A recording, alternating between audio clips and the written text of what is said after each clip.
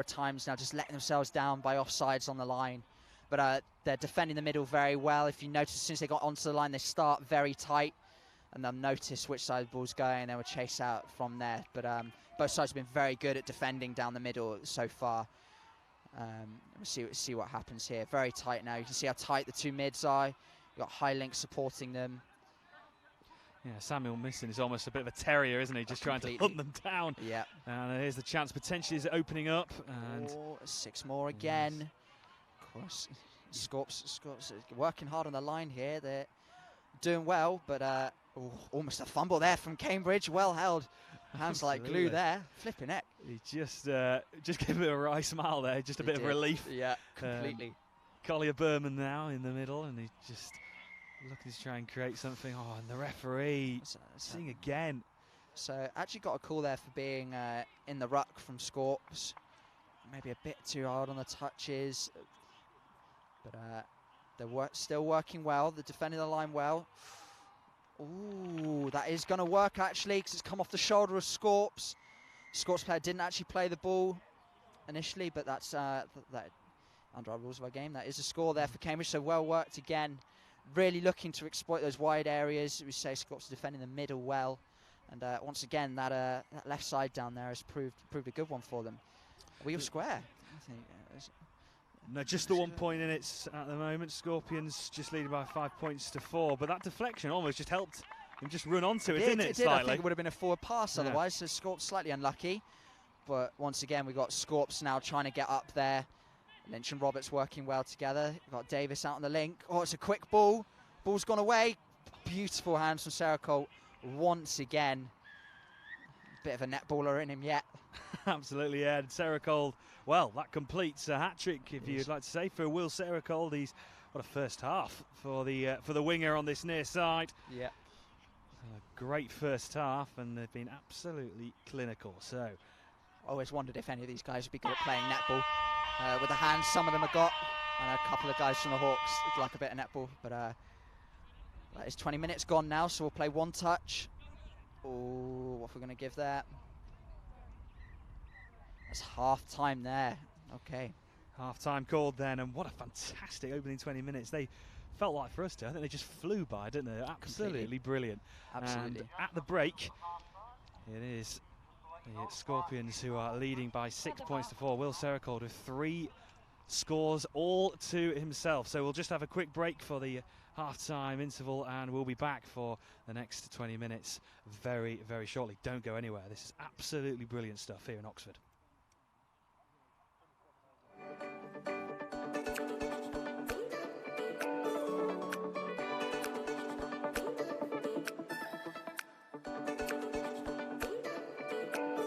A three-man drive is an attacking play which we use to gain momentum. The three-man drive includes 3 players, a half, the person who dumps the ball, and the runner. These 3 players will alternate between themselves in order to create each person's role within that three-man drive. So it'll start with a roll ball. The half will then pass the ball off the deck to the first runner. This first runner will then become the person who dumps the ball, initiating the touch on the defender, for then the person who previously dumped the ball to become the half. A 4-man drive is a 3-man drive, but with another person. The 4-man drive can also be referred to as arrows, and what we're looking to do is the exact same principle as a 3-man drive, but just to add a secondary option of the runner.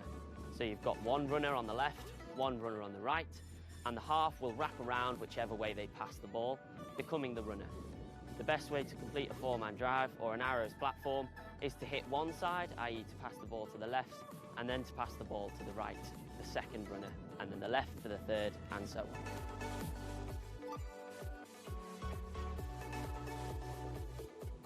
A buddy is a 2-man play which we use to create the momentum for a 3- or 4-man drive. A buddy involves the ball being put down, stepped over, the half will then pass back to that same person, and they will run straight into the 3- or 4-man drive.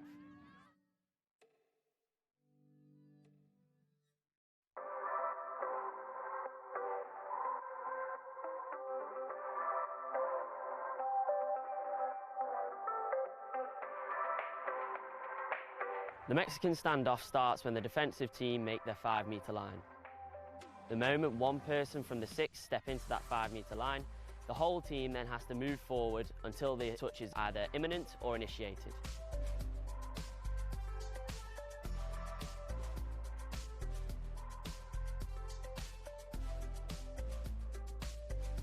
The Mexican standoff has one other rule where the attacking team, if they enter the 5-metre channel, the defensive team no longer have to walk up. But until then, the defensive team have to move forward until the touch is imminent. Forward 44!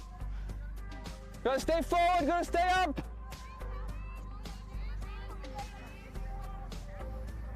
Still forward, no pulling back early. Still up, 27, stay up! Stay up! Now drop! Scoreline, girls!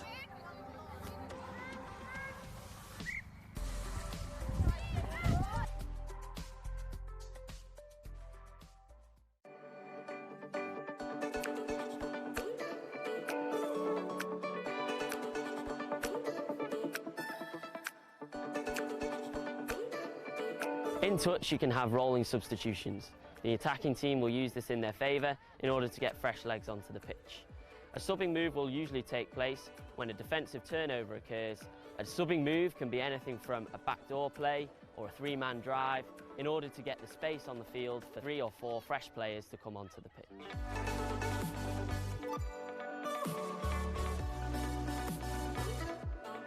When subbing on, you have to enter in an onside position in what's called the gate.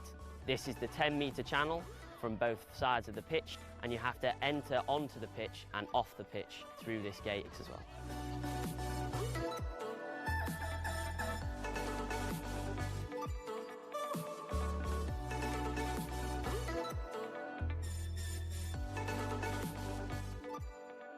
Clubs to join together. The one I've really found interesting is, and as a commentator doing all the National Elite games, is seeing Samuel Missing in that green shirt. It's very bizarre to watch. And very lucrative deal that Scorps must have offered him there. But no, playing very well. No, we were talking about at half-time, weren't we, Brad, that Scorps have been very good so far, but a bit ill-disciplined on the line. They've had a couple of 6-mores, but both teams very tight in the centre there, so we think both teams are going to look to be playing the wide balls here. As we see Cambridge now working hard on the line already. Very good comms there from Scorps. 5th touch going. It's last now for Cambridge. Oh, great dummy there. That was lightning fast hands from Will Lupton. Completely. Well, from 1 second you thought he was just going to offload it to then straight to the floor. Let's have another look on the replay of that. That was absolutely superb. Completely from Will Lupton. Very well played there. And that is, well, that is the perfect start for Cambridge in the second half. It's what they wanted. It's what they wanted for sure. And how will the, well, they've not had a touch the ball so far, the Scorpions, in the second half, and now they have the chance here. Clark Hobson running onto it. Clark Hobson gets it back. Samuel Missing is there to the right. Oh, that ball spread out wide. Can he pick up good defensive work? Is it from Cambridge? Has he got in just that touch in time? Referee's explaining something quite particular there. Looks like he's not going to give the ball, but we have got the link offside there, so it will be 6 more now for Scorps. I think the winger got the touch in, but as a result, Scorps have got the 6 here. Good setup here by Dom Tripp. He's gone wide, created the overlap, and once again, it's brilliant from Scorps, scoring out on that wing. Knowing you've got Will Sericold there, 4th already in this game. Great injection of pace there from Dom Tripp, but complete scramble of the defence. Cambridge had to shut with the overlap. Just left the winger out there to score as easy as you like. That's how you want it sometimes when you're the winger in the game. Absolutely, Dom Tripp, and I also felt that Samuel Missing's role just there as well. Just that link pass out to the wing just really was absolutely lightning fast. And like you said, Jag, Will Sericold gets his 4th of the game. So what a performance for him, and just that final pass out wide to Harry Missing on that far side. Just couldn't reach him. And now for the Scorpions to come from their own half, but good yardage and quick, incisive play through the middle. That's always what you want on the Arrows. You watch those players, how much pace they inject when they're running onto that ball. That extra pace is down. Roberts looks to scoop through here. He's found the gap, passes away. Fortunately, just went over the dead ball line there before he got the ball away. That's what the referee's given. So it will be a turnover here of a roll ball. But again, very well noticed from Scorps. Have been very good at cutting those lines, scooping the ball, and trying to find that option whilst they're in the scoring zone. So heading towards her own subs box, Will Lupton comes off. Oliver Maynard now is off the pitch. Murphy comes on. Nicholas Ferns with Glenn Jones now picking up the ball over on the 10-metre mark. I liked Ollie Maynard's sort of forward roll off the pitch there. Very slick. There, about to say, slick, stylish. Cambridge are through here. Oh, just the final pass again. It was Harry missing on that far side. Just couldn't get in the position they wanted just to get that angle on the goal line to get over. And the Scorpions retain that 2-point advantage. And look at the... Oh, here we go now. So Cambridge were a bit upset there at a possible over the mark. Referee said play on.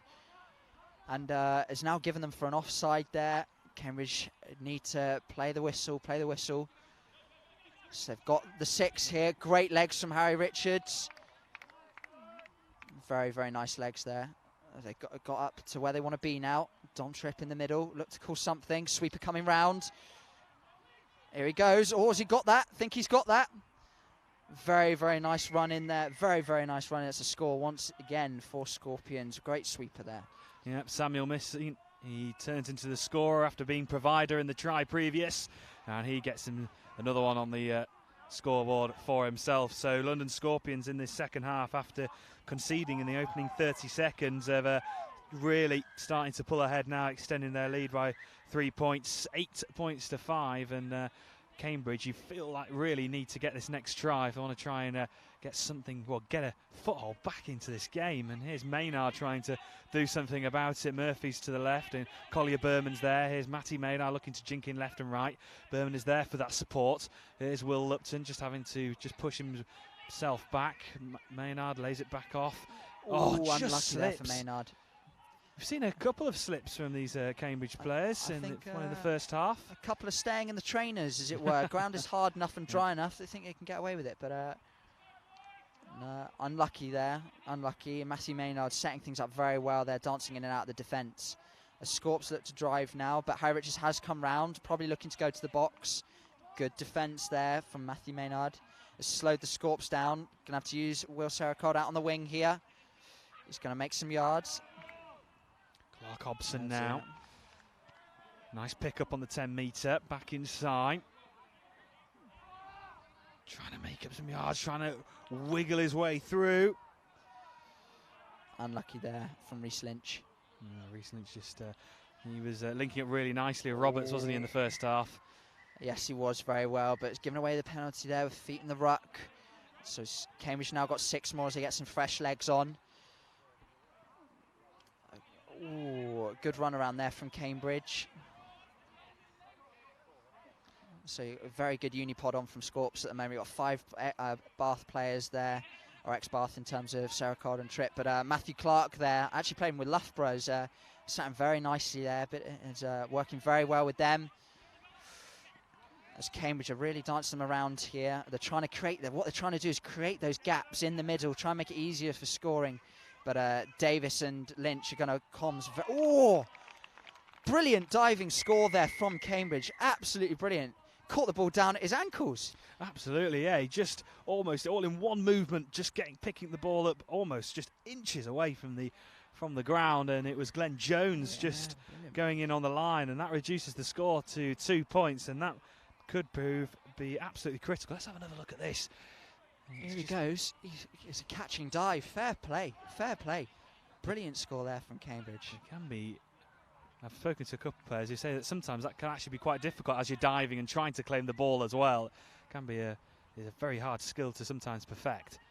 Definitely good there. It's a pick up here from Scorps. Beautiful from Scorps. There's a score for Dom Tripp. So what's happened there? Scorps set up the sweep, but very good pick up there from the Scorps. They've pulled the defence the other way. It's opened the gap up there for Dom Tripp as you see the link pulling his corner and the gap opens up. So once again, Scorps replying to the Cambridge score. It's still a brilliant game going on here, Brad. It's very good play. Absolutely. And it's crazy as it sounds, even though there's been about 15 points in this game, both defences have actually also been relatively good as well. Exactly. They're both covering the good tight options. Oh, almost a step around on Will Serracod there by number 6. from Cambridge, William Murphy. Maynard trying to dive for the line. Has the No, touch come in? Yeah, it looks like it just has it. So it will be just brought back. Here's Collier Berman. See how tight Scorpions here are in the defence. They're covering that middle ground very, very well, forcing Cambridge to play the long balls. But not quite there. Sericod shutting in. So, but both teams are doing that very well in this game, forcing the teams to make the harder options of hitting those money balls, as we call them, trying to find those wingers. Scots have done it well. Got 4 off Sericod here on this close wing already. But good drive here from the Scorps. Slowed it down a bit. Just looking to stay on for now. Samuel Missing, forcing his way through the middle. Here's Clark Hobson. Back into Samuel Missing. Hobson laying it back off. Looking to go out wide. Here's Richards trying to drive his way through. Very good touch there. Very good touch from Will Lupton there. Richards is famed for his little shimmy and that he can curve his back and just miss those fingertips so well. But Lupton's used to that after the university series. So as Cambridge now get the fresh legs on. As they cross the halfway line back inside, here's Glenn Jones looking to jink left and right. Bit of an experienced campaigner here for Cambridge, mixed in with a bit of youth as well, of course, in both sides. I'm not trying Glenn Jones. I'm sure he looks very youthful. He's a very skillful player, of course. Here we go. Can they get in? Harry Missing, he's been trying all game. And he'll just have to wait a little bit longer if he wants to try and get on the board. He's been actually very unlucky, is Harry Missing. Yeah, but that was only 5th touch. I think both teams there thought it was a turnover after 6th, but Gareth Holmes, referee, saying actually only 5th. So Cambridge have got the ball to work with something here. No touches available. Looking to go wide. Unlucky there. Did create the cut line. But Cambridge achieved what they wanted there. Wanted to get the ball far away from possible from the Scorps box. The Scorps have just got to work that bit harder now as they go to box to bring on the fresh legs. But working very hard already over their halfway line as Davis and Roberts come on. Slowed down there well by Cambridge.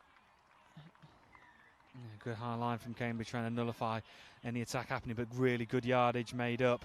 Can they try and finish this off? Great take, but important touch. Very important. From Ben touch. Powell. And again, all created from the injection of pace from Dan Roberts there, pulling the defence over to this close side, open the gap up for Davis. But Ben Powell's not going to be one for that. Was right there waiting for it. As Cambridge once again bring on the fresh legs. Will Lupton waiting wide. Nicholas Ferns and Murphy now in the middle with Maynard. The two Maynards linking up. Here's Will Lupton. Nice scoop up, looking to go right. And again, another slip. He does lay it off to Maynard very cheekily. But I think Lupton's having a sit down there. Well, you won't want to watch that one back, I don't think. No, certainly won't. And that's the 3rd time we've seen in this game so far for Cambridge, just slipping over it. Not a critical moment, so at that point they were actually building up a really nice attack. And here comes Dom Tripp again, the injection of pace. Harry Richards on his outside, he's there. Clark Hobson now coming in. Oh, he's drawn in that link. They've got an overlap here. No, Will Lupton has not made that great attempt, but Dom Tripp has gone through on the 2-on-1. Again, brilliant ejection of pace. They came off the box and scored right in that corner. So, important score for Cambridge as we just have another look on the replay.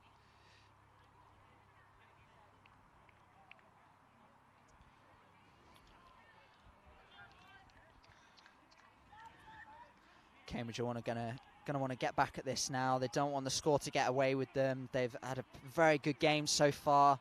They've forced the Scorps to play out wide. But it's the thing. It's this point in the game now. We've got to keep the mind in gear. You're getting tired.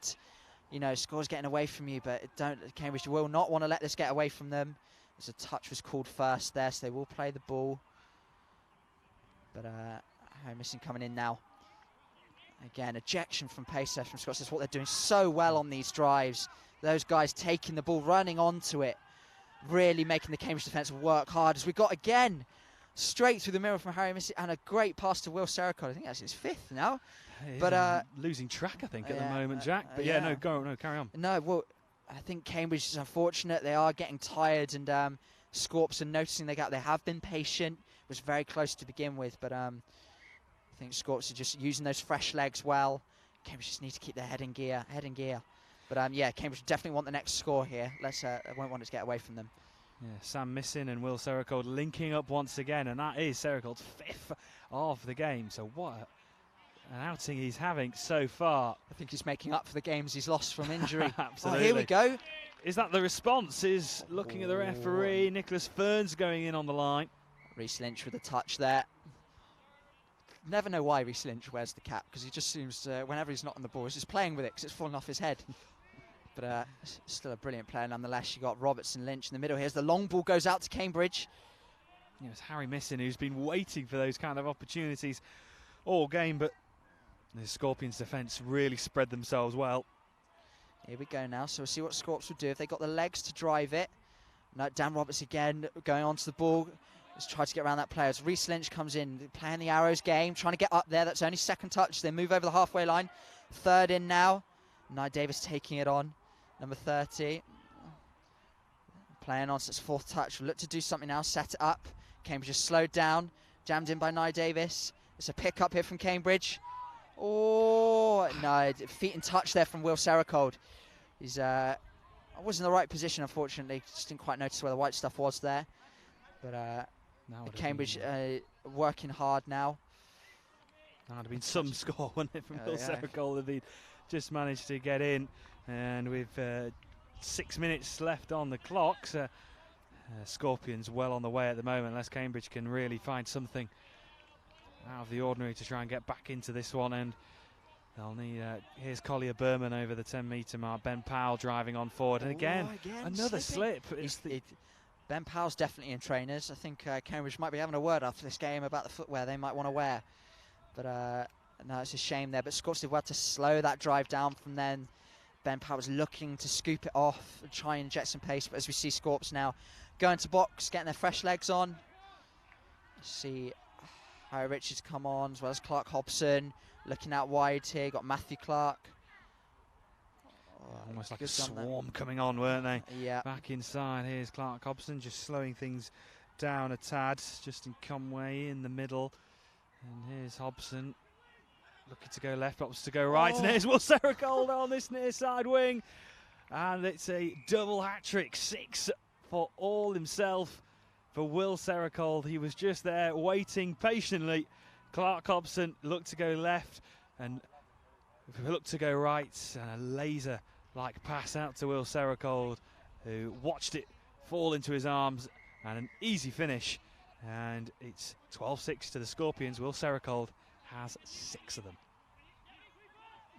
I'm just going to enjoy that for sure. 6 on the wing. Will Lupton here looking for the gap. Not quite given there, but they've got a few more to work with. Scorps on their line, keeping it tight there. Matthew Clark and Ewan Armstrong. Oh, it's a long ball, but I think that's touched there by Scorpions. So once again, it's going to be 6 on the line. Got their hand in there, Scorps, and they're working well in the middles.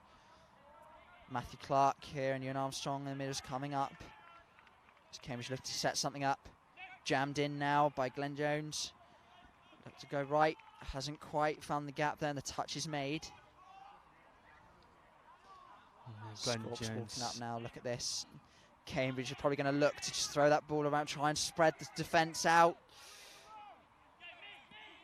Here we go, they're running into defenders. Ewan Armstrong and Harry Richards both right there. Yeah, good strong defence at the moment for the Scorpions. Can Cambridge try and force some kind of opening? Glenn Jones and Will Lupton linking up, looking to try and go out wide as well. Murphy doesn't get it down. The diving touch in from Will Sericold. So we've got Sericold has made that touch, but we've got middle players from Scorps offside again, so it's going to be another 6 for Cambridge. As we now see Matthew Maynard on the ball here. His brother just on his left. And Will Lupton just on his right. So they've got 6 to use. We'll see what happens here. Goes in, touching Harry Richards, come round on the quickie, but again, a number of defenders in that corner. So look how tight the Scorps are here. See how far over their far winger is. Just leaving the easy options very difficult to score on. Cambridge going to have to look to go wide here. Again, second phase now. Ball goes. Oh, what a take. Has he got it? Just referee is going to give it. Oh, he has. And Harry Missing has been waiting for that all throughout these 40 minutes. And the opportunity came around that time, and he wasn't going to miss out, and it was a brilliant take. There's and another dive. beautiful dive and catch there from Cambridge. You could actually just see, I think it was Will Lupton who was trying to get that ball out to the wide. He just couldn't on the first attempt, and then he just manages to flick it out and get that momentum and pace over to that far side. Well, a very good bit of skill there with his attempt, first dummy. I think he's just trying to get that defence to push out, see what they do. But they weren't doing much, so he goes for it again now, as we've had a turnover ball here. The Cambridge now in possession. Just made it into the Scorps halfway. As we see James Knopp just bringing it up now, accompanied by Nicholas Ferns. James Knopp, a little bit of a hop, skip and a jump, trying to deceive his opponent. Nicholas Ferns is also there in the middle, but here's James Knopp just being forced back, maybe just trying to figure out an angle. Here's Ferns with Collier Berman now in the middle with Knopp. Ferns to the left, and Collier Berman gets it. Quick little layoff, tries to see if he can get Harry Missing in play over on that far side, but good defensive work from Scorpions and the turnover possession. So minute 20 remaining on the score, and the Scorpions are well on the way at the moment to a victory. Very good play there from the Scorpions. They've actually dummied going to box, and they've come to this near side just because I can see the Cambridge defence trying to push over. Again, good injection of pace from Dom Tripp and Reece Lynch. As they pair up here, it's the scoop from Lynch. He's got the pass away, but ball to ground there. Good defence there from Cambridge on Lynch as he picked the ball. So we've got another defensive set here. Cambridge are likely to go and look to box. So drive it up now. Touch there from Reece Lynch. Number 8 here, James Knopp. Oh no, trying to do too much there from Cambridge, but referee is going to give now. It's a hard touch given from Scorps here. So Cambridge going to have 6 on the halfway. Don't know when it's scored, it may look like it, but that's where we're at the moment. Yeah, 20 seconds remaining on our scoreboard, so we are not too far away from that hooter sounding. Glenn Jones just trying to weave his way through. Nice little pick up by Ollie Maynard, gets it back to his brother Matty, and now Murphy's on this near side. Touch comes in, and that is full time. And even though it's a comprehensive win for London Scorpions, it was a brilliant game to watch. Two sides packed with fantastic players, and that was actually a real pleasure to watch and commentate on. No, it was a brilliant game from both sides there. They both made each other work hard for the scores. I think it says a lot when 6 of the scores from Scorps were on Will Sericold on the wing. So they're having to work those passes, but a brilliant game. Nice to see Harry Missing finally getting his score in there at the end, waiting patiently on that wing, but good on him for playing very well there. But no, very good game all round. Well, that brings a close to our 4th game of the day. Our next game, we'll be going back to the women's, and we'll see in action CSSC taking on Galaxy London. That'll be our next game here on the England Touch Rugby live stream. Well, Jack, thank you very much for joining me. You're very welcome. And good luck. Oh, thank you very much. And good luck to all your remaining games for the rest of the day. Thank you very much, guys. So don't go anywhere. Our next game will be CSSC taking on Galaxy London. That'll be coming up very shortly.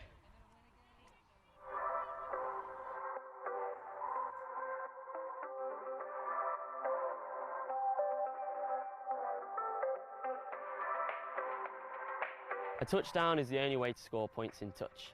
A touchdown happens when the ball is grounded with downward pressure on or over the whitewash. The ball can be touched down but needs to be under control, and there needs to be downward pressure.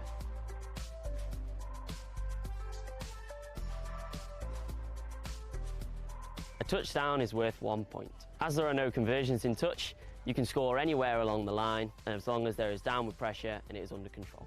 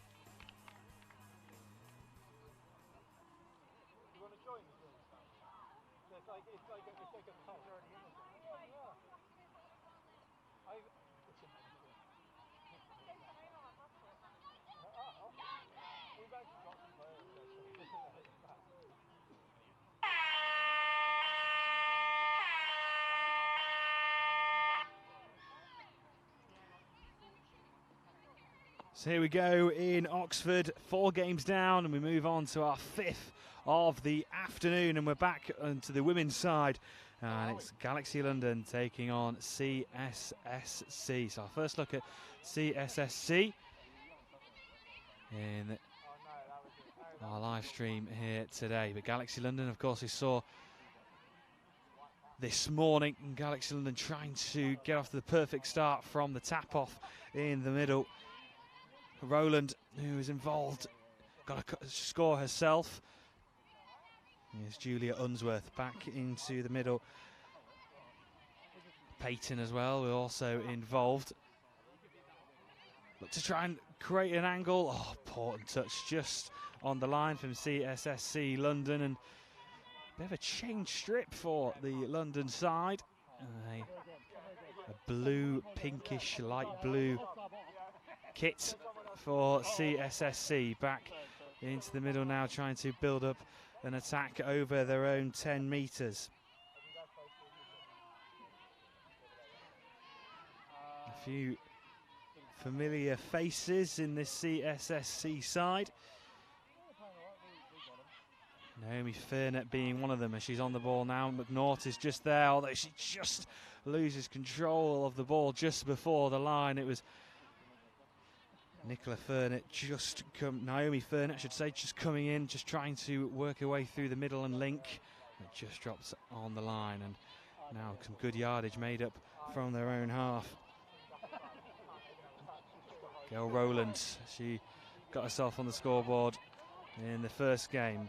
Estelle now, Rona Roper now also involved, looking to try and create an angle. Rona Roper, she's so lively, so energetic in this London Galaxy side.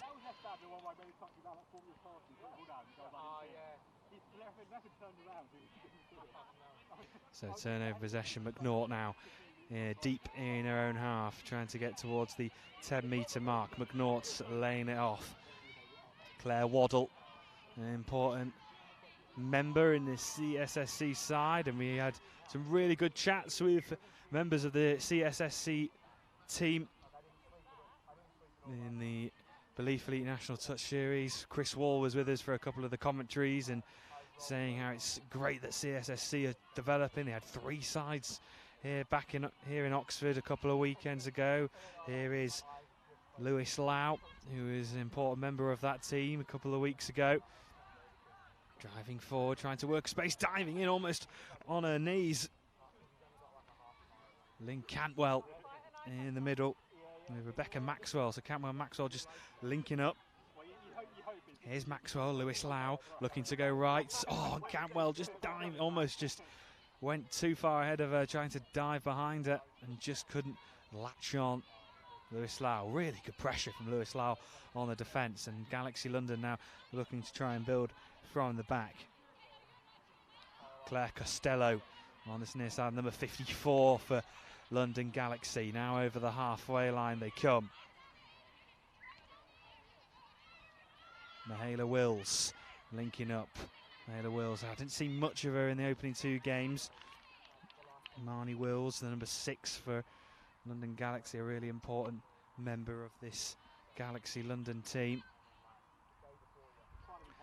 Julia Unsworth with the white cap on that you'll see in your picture for Galaxy London, a important member of this team as well. But here is Lewis Lau linking up in the middle. Lynn Cantwell was there, but turnover and possession, and Sonia Lamb got things underway very quickly. Here is Julia Unsworth laying it off and finding Danny Payton, who's got on the scoreboard herself in the opening couple of games. Julia Unsworth now just slowing things down. Wills with Julia Unsworth, good pressure, good defence. Lewis Lau and Maxwell, the 2 middles just linking up well. Maxwell just drifted out to the link position. Julia Unsworth now looking to try and create an angle. Could be some space opening up in the middle. Oh, but good defensive work. Danny Payton trying to work her way through. And again, Lewis Lau just comes in. And now a fresh set of 6 here for Galaxy London to utilise. Can they take full advantage? Sonia Lamb, the number 48, the maroon cap on for Galaxy London now in the thick of things. Wills involved. Here's Julia Unsworth looking to try and force an angle. A couple of touches left. Payton now with Unsworth. And that is the 6th touch. So defence holds out. So scoreless after the first 5 minutes. Both defences working really well and keeping it compact in the middle. Galaxy London not really stretching their side so far, not trying to maybe create angles out wide thus far. Over the halfway they go. Here's Maxwell driving forward over the halfway line. Good yardage made up.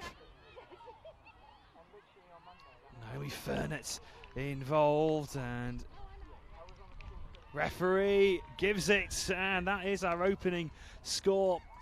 CSSC get that on the 6th minute, and it's the opening score of the game. Naomi Furnett was involved for CSSC.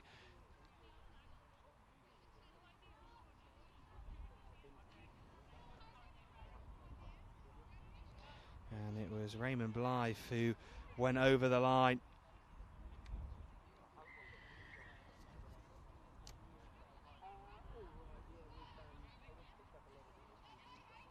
And CSSC get the opening score. 6.5 minutes gone. What's been a very tight contest between Galaxy London and CSSC.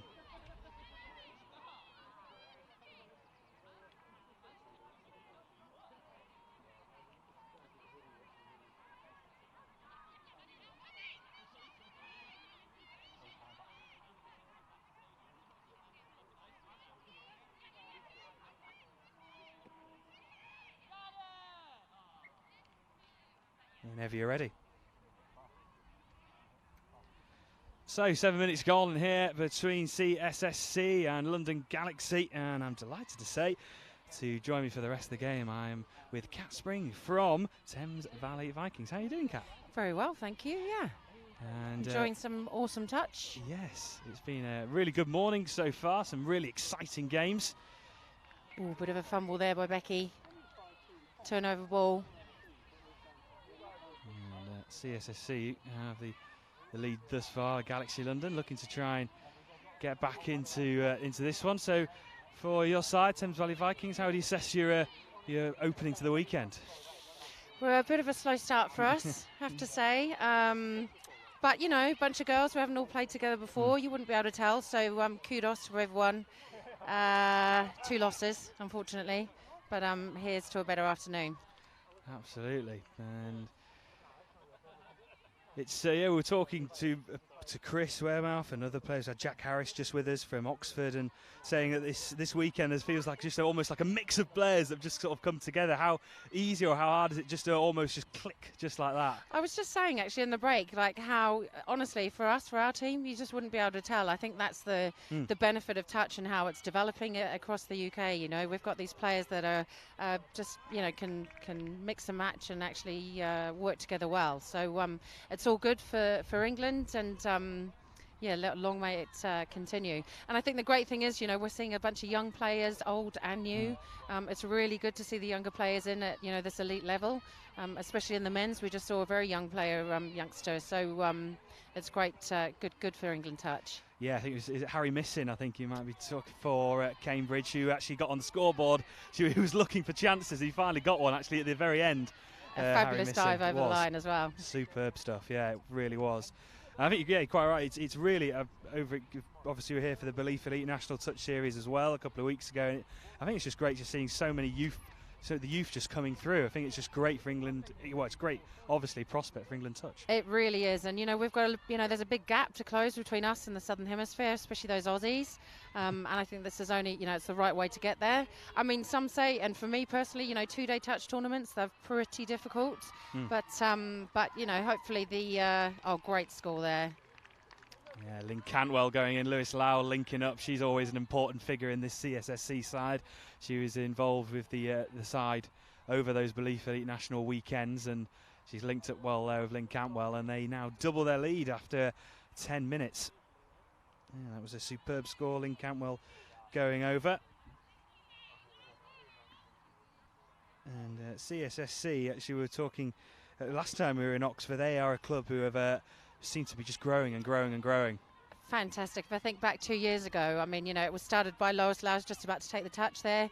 Started up by her and a few other players, and so I was told they had 3 teams in one of the last NTS. Yeah, I mean, here in that's Oxford. phenomenal, absolutely phenomenal. So go CSSC.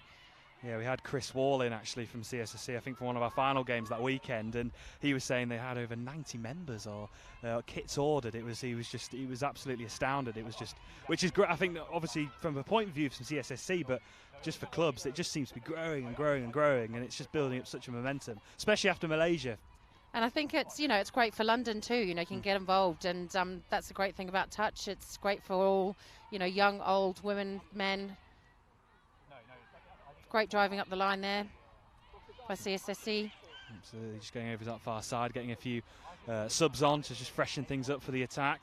Looking to drive on forward. Claire Waddle's always an important member of the CSSC side. Oh, nice scoop through. There we Lovely go. Score. Absolutely as easy as that. Grimsey on this near side, just getting on the scoreboard herself, and they add another one, and all in the time of the world. But that was really nice patient build up, and Natalie Grimsey just finds the space on this near side, and CSSC have made a positive start to this first half. 11.5 minutes gone, and just such a clinical side. Galaxy London, so what can they do? Can they respond straight away? Marnie Wills always seems to be an important player. Here's Rona Roper, who's always so lively. Rona Roper, she was just reminds me a bit of a Yorkshire Terrier every time. Just getting on the ball, just charging forward every time. Looking to try and get the line over herself and get a score for herself and her team, but not on this occasion. Wills and Rona Roper linking up in the middle. Here is Marnie Wills, always an important player. Here is that person we'll talk about, Rona Roper. Oh, fantastic take, and just good defensive work from CSSC. It's a shame if that ball was lower, she would have been in. Here we go, another attack. Unfortunate there. Wasn't quite ready for the ball.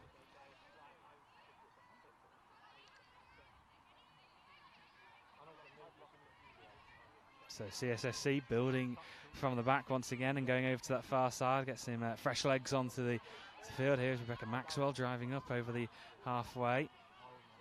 Here is Maxwell looking to try and create some yardage. Lewis Lau picks up the ball from her, making that arcing run. Can they just weave their way through? Good defensive work. Good defence. Turnover ball, 6 touches. Back on attack for Galaxy. Sweep them round.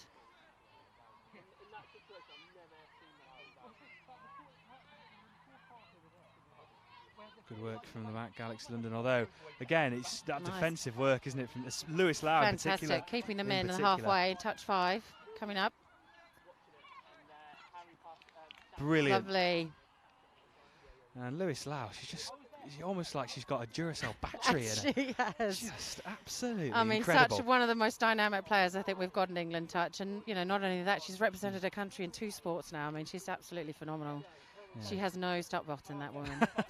Absolutely, yeah. She'll just keep going on. As when you think you've got a chance, she'll just appear out of nowhere, and you'll just think, where did she come from? And the CSSC at the moment well in charge. At the moment, McNaught is just there behind, and she now does pick up the ball, and she gets it back. Lovely play, nice cut there. Naomi Furnett was also just sort of in between them, just linking up nicely. And Galaxy not quite getting back there, so penalty to CSSC. Another 6 touches. Yeah, staying relatively compact in the middle and nice little link-up play. Oh, lovely. Claire Very Waddle nice. going in. Catching Galaxy a little bit asleep there.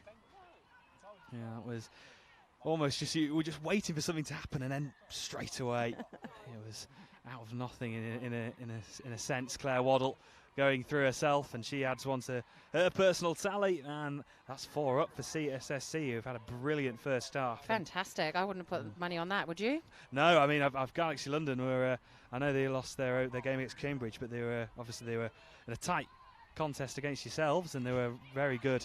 And actually, Galaxy London in the opening game, they came from 2 down, and they were looking at one point like they were going to try and turn it around, and it was only until Sadie Meakin right on the hooter. Good old Sadie. Yes, she's always very clinical. She Sadie is. Meakin, brilliant player. And Kiamani directing play there. Always one for directing her players in. Good vision. Great to see mamas in sport.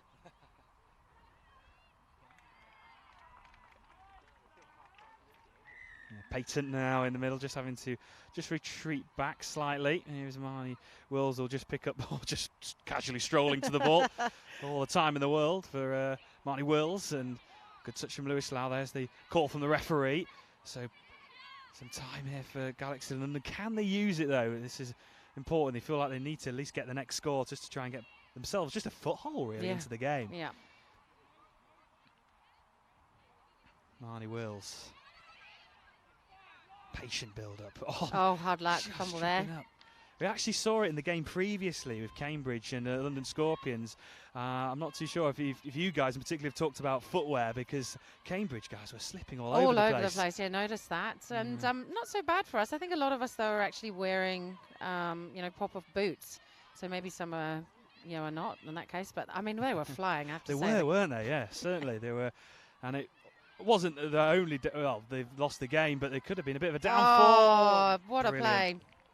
Stacey Coffin coming in, and all in the time of the world to finish off, but that was brilliant play, and Naomi Furnett involved once again in the heart of the play, and CSSC are really absolutely showing us what they can do.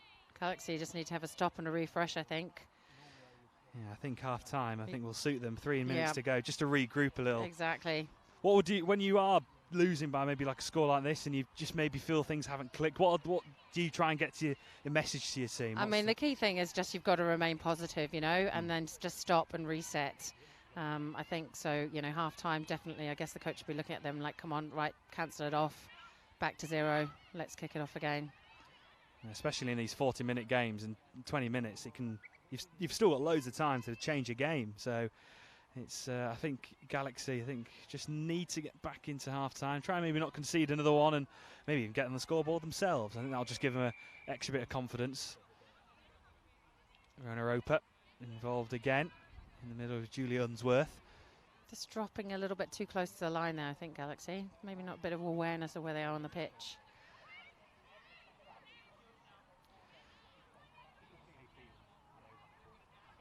Wills and Julie Unsworth was there. Now here is Unsworth. Just trying to find Rona Roper, but she'd actually just gone the other way, and now a turnover in possession. And we've talked previously over a couple of weekends that period just before and after half-time can be so critical, can't it? If Galaxy can just get 1 or maybe even sneak 2 before the break, that little bit of momentum boost going in. They just seem to not be moving the ball like they normally do. It's just making them a little bit unsure. I mean, look at that again, just keeping that pace going. Great. The ball's not on the ground for very long. Lois, she's just so dynamic. McNaught, brilliant play. Critical touch from Rona Roper. Seems to be just sort of going it alone so far for Galaxy London at the moment. Really just keeping things together. Lewis Lau on the 5 metre. Can she create something? Rebecca Maxwell. McNaught's just to the left. Lewis Lau to the right. Raymond Blythe is also just in your picture here. Here's Lewis Lau. Can she dive in for the line? Maxwell, lovely quick pass. Brilliant stuff.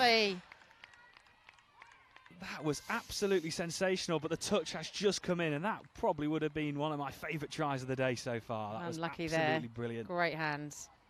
But equally, just as good defending as well, just to keep that out. Nice, look at them, keeping them compressed. really pushing them on the defence. It seems like they just have such a great strategy. One goes and two cover, and they just go in packs. It's really, really good to watch. And this is where fitness is key. You can tell that they're quite a fit side here. I mean, it's hard defence. Galaxy has just taken all momentum out of Galaxy's attack. And there you go. There we go, turnover, you know, right before halfway. I mean, fantastic, great defence. And straight away, CSSC look to try and get on the front foot as well as soon as they've turned the ball over. So 15 seconds on our clock remaining, although the hooter has just gone. So this is the final phase of play, and there goes the touch. And that is the half-time break. And what a first half that was from CSSC London. Absolutely clinical as they lead by 5 points to 0. What should Galaxy London, what should they be talking about at half-time? They need to just, you know, cancel that off. I mean, CSSC have completely taken the wind out of their sails, so let's just start again, regroup. Certainly need to look at their line defence too, you know, they're just hanging back. I think they need to start getting more aggressive, which is how they usually play, and usually they're not doing that. And then I think, again, if I were the coach, it's just making sure that they've got that awareness of where they are on the pitch. You know, they're trying to attack like too close to the line, so so regroup, start again. Well, join us for the second half. It'll only be a couple of moments away, and CSSC lead at the break by 5 points to 0.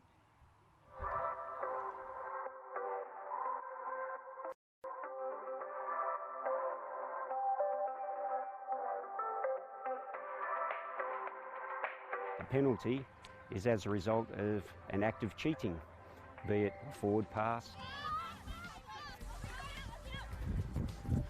Yeah, that's forward there, mate. Forward pass there. A heavy touch, rolling the ball forward of the mark that you had touched. You're gonna be with me. Here's your fifth. That's off the mark. Being offside. Yes, 7. You're gonna be on the scoreline at the touch. Scoreline. Nope, she's not made it. Okay. Need both feet on the line, please. And also, disrespecting the referee.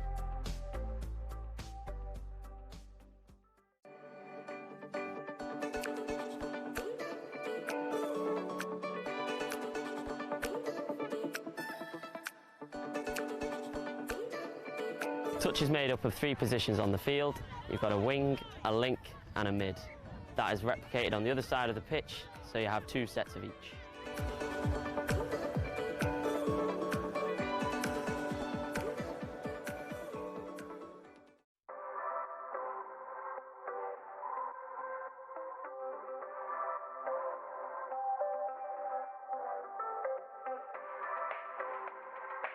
Yeah, the right time for a referee to interchange with his sideline buddy is when they're approximately 15, maybe 20 metres from the sideline, and it's at the right time for the play. I've got you if they come, Ray. All the way back, Link. Link, no. Yeah, Ray, I've got you here, mate. Back to me, middle. To 8, yes. Shoot is good. Third with me here. Teamwork comprises of many factors for the referees. A lot of it is communication with the players. Take it back 2 meters, blue, please. 2 meters back. Thank you. Hold here. Cat go 1. Yeah, roll, that's fine. Look for me. First is with me. Here it is. 27, 2 meters. Yes, good there. Look at me for second. The sideline ref's always communicating with the players. All the way back to the ref now. 9, 1 step, 9 offside. Look for the ref next touch. And at the appropriate time, we'll communicate with the on-field referee when a critical decision needs to be assisted. Have a look at the ref at the next touch again. You're just in front of the line. 12, no. Good, 12. All good here, Jonathan. The development of referees is quite rigorous. There are 5 levels in the fit level system. The entry level is level 1, level 5 is the highest. So to progress from 1 to 2, 2 to 3, there's a theory exam plus a practical assessment. And when you go from 3 to 4, 4 to 5, that has to be done at an elite tournament, like a Nationals tournament or a Euros.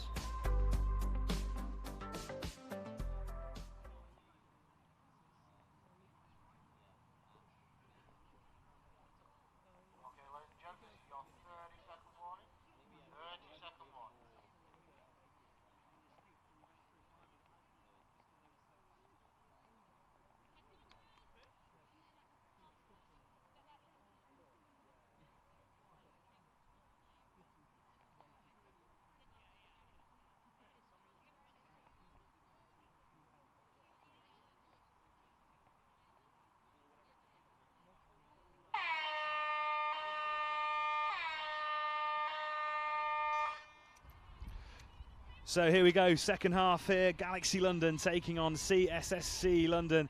And it is CSSC who led at the break by 5 points to 0, and they have the tap off in the second half and looking to try and add another straight away. That pass coming in from the middle from Naomi Furnitz. Just going slightly forward. Yeah, so turnover and possession. Oh, and that's just not what they needed. Sharma trying to find in the middle. I think it was actually to Dan Payton, who just in the middle just couldn't claim it. And that's not the start that Galaxy London would have wanted. Absolutely not. And here they come. CSSC having to retreat back. Good early defensive work here from Galaxy London. Claire Waddle in the middle along with Naomi Furnett. Here is Claire Waddle. Furnett picking it up once again. Going for the line. Oh, nice dive in there by Claire. Good score. Great score. And as we were saying, it wasn't the greatest start for Galaxy London. That is the opposite for CSSC, and that is the absolute perfect start for CSSC, and especially for Claire Waddle getting over the line and gets a try herself. So after that break, and I'm sure Galaxy London would have talked about all the things that they needed to do, and that's just put them on the back foot again, and that's just not the start they needed.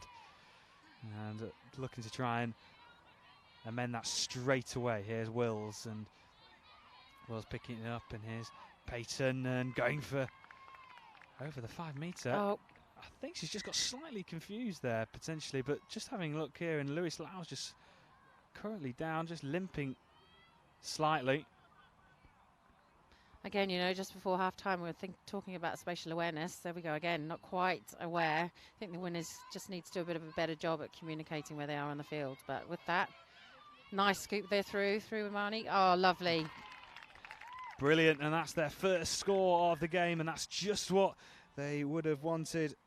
Marnie Wills linking up with Payton, and that was a brilliant play actually, and it was just trying to create the angle for herself, and she did, found the pass, and a clinical finish. Very nice. And who'd have thought they'd take them this long to get off the board? Well, exactly, yeah. We were talking in the first half how good Galaxy London actually had been in the opening 2 games that we saw here on pitch number 1, and they finally announced themselves onto the scoreboard. 22 minutes it's taken them, but they finally get one, and it's back to reducing that gap to only 5 points, and looking CSSC trying to extend that gap to 6 once again.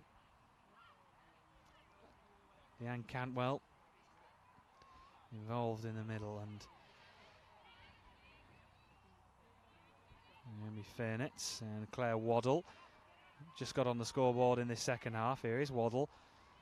Naomi Furnitz just trying to go right, but it's just been pegged back. Claire Waddle in the middle of them. Just those two just slowly linking up and just being forced back. No real pressure from Galaxy London. Naomi Furnitz looking to go wide, loose pass, and the opportunity is lost. And even though Galaxy London weren't really trying to press them, they defended well. Picking up, nice drive out the middle. They haven't done this at all for this game, so good to see. Still, again, not quite being urgent enough.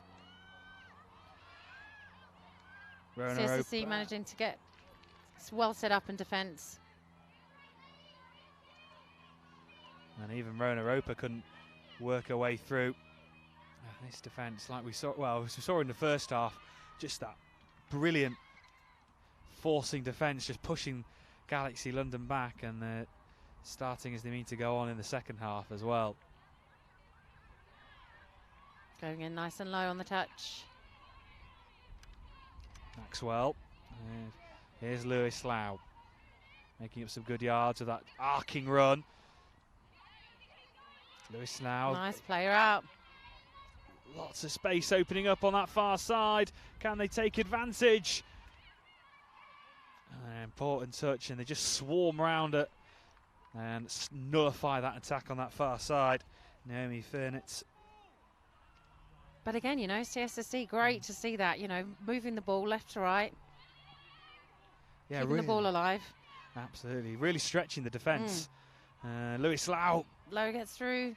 Lovely. Nice try there by Becky. Oh, it looks like she's just gone down.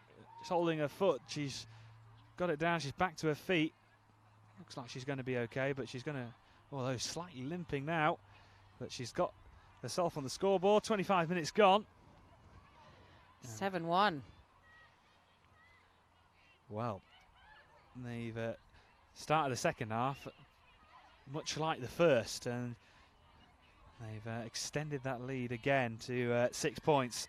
So 15 minutes, and London Galaxy really need something quite special to get themselves back into this. Then we've got the talent there to do it, but it's going to take a mammoth effort now, as Marnie Wills looks to try and instigate something. Here's Peyton.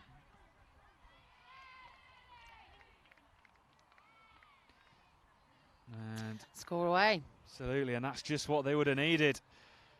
And it's back to 7-2.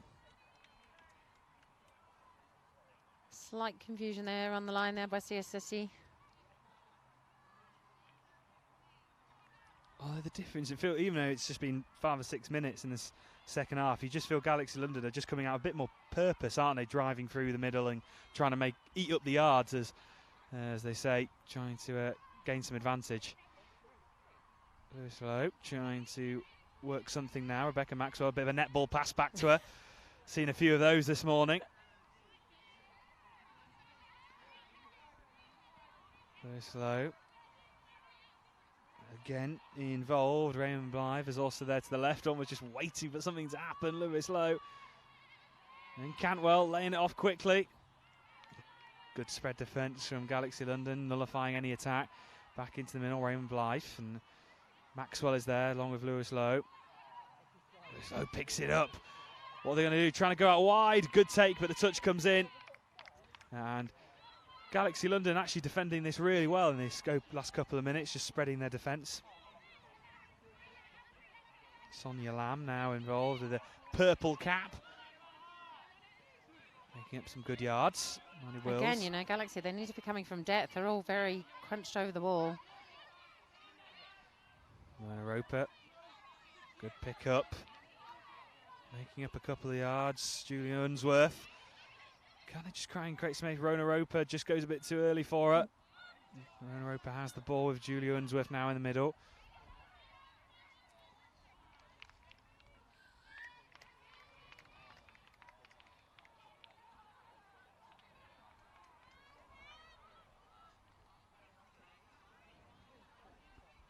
It's good play by Galaxy there, just keeping that ball alive.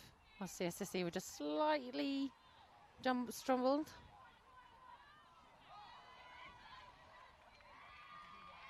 Chance for the line. Have they just managed to crawl themselves back? They have. There we go. Third one on the board for London Galaxy, and they're just slowly creeping their way back into this game. For the line. Yeah, it certainly was. So that gap suddenly just down to 4. So they just, as they did actually in the opening game against Cambridge, just slowly building their way back into it. But it's important now that they defend this attack and don't let let CSSC back into it again.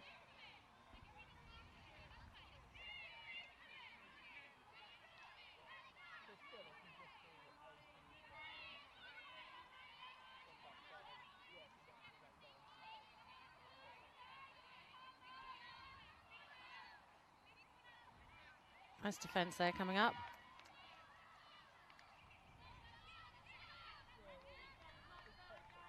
Oh, late pass there.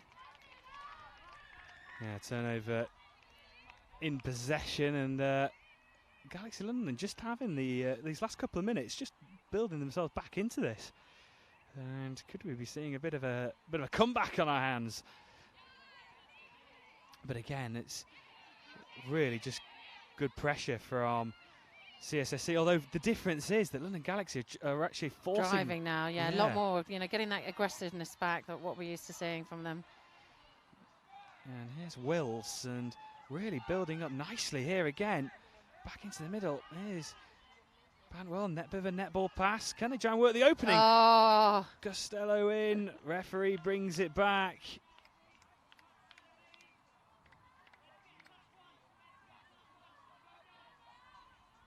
And that was really unfortunate. They were actually build that up really nicely, Galaxy London, and in this last couple of minutes, just feel like they've just sort of clicked out first gear.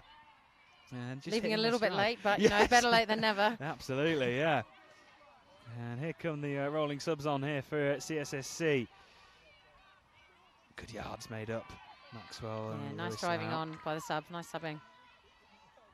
Good play once Oh, again. fantastic play there. Really good vision. Great communication between the mid and the link there. Great score in for Lois. Lewis Lowe adds another one for CSSC, and that will just do them nicely. 5-point gap now restored. And just as it looked like Galaxy London were just creeping their way back into this CSSC get, actually feels like one of them, probably one of the important scores of the game, just to get that momentum back.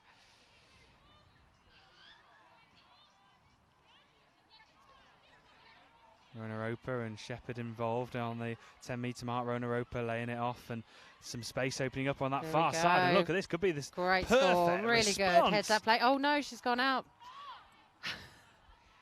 Oh no. Would you believe it? Can you? She was in, unfortunately, just not quite aware where she was.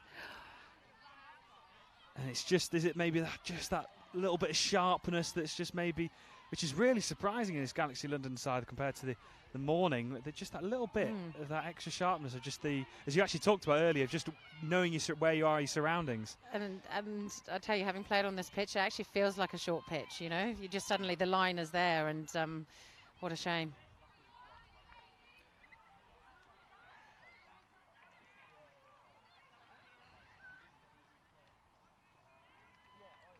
So Emily Preston just coming on as Costello just makes way for Galaxy London.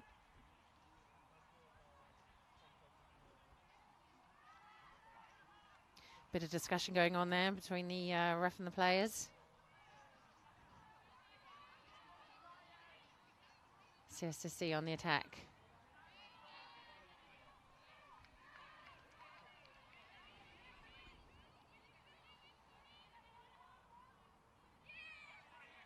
Claire Waddle just trying to weave her way through. Naomi Fairnett is also there. Here's Naomi Fairnett laying it off back to Claire Waddle in the middle. Those two just linking up nicely. Oh, just maybe some space opening up on this near side for Charleston, number 9 for CSSC, but turnover possession inside the Galaxy half. Rona Roper making up some yards. Oh. Just that. It's the thing when you're under pressure, the basics go. Straight away the rolling subs come on just to try and ease some of this pressure from CSSC, and Naomi Fairnett makes up some really good yards. Eamon Blythe now involved in the middle. Nicola Marsh is there, she picks up the ball now, back into the middle, Eamon Blythe and Naomi Nice Fairnett. run. Really nice. Well, Lovely run there. no one was coming to touch her, and she just almost felt like she almost just waltzed through. But it was a really good run, and CSSC are now just pulling ahead again and putting all the pressure back on this Galaxy London side. So with just over 6 minutes remaining, CSSC leading by 9 points to 3. That 6-point gap has now been restored, and it's a long way back now. It's a long way from here, yeah. It certainly is. And if Galaxy London, if they want to try and somehow get back into this, they've got to try and almost get one on every attack they create. Slowing the ball up. Wills. Lovely Wills. Well, that's one back. Very. Oh, Looks like no. he's not, no.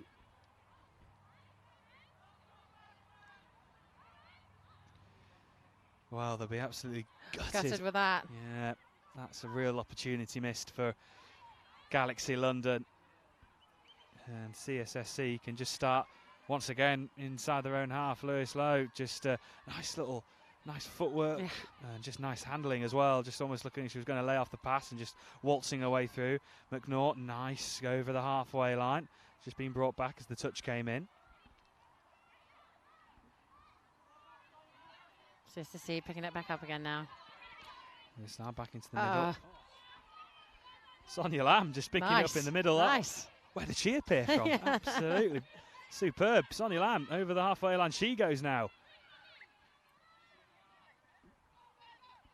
Great play by Galaxy, just keeping that ball, quick turnover, catching CSSC off guard, get the penalty. Rona Roper almost just going alone in the middle. Stacey Collins was there supporting. Julia Unsworth now. Oh, again, back to the basics, not subbing correctly there, so 7 on the pitch. Turnover. Cannot be afforded to be doing that. Absolutely, yeah, just over 4 minutes remaining. You've got to be taking these opportunities when you're a 6-point gap to make up. And here comes CSSC over the Galaxy 10-metre mark. Claire Waddle. Naomi Ferner and Claire Waddle linking up in the middle now. Naomi Fernett.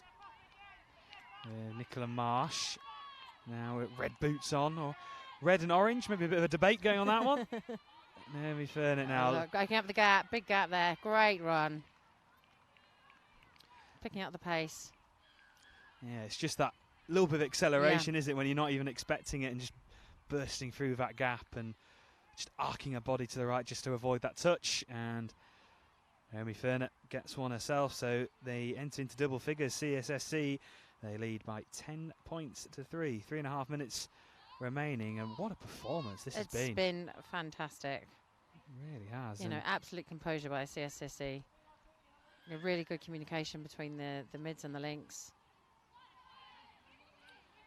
And defensively, they've been absolutely superb Solid. as well. Yeah.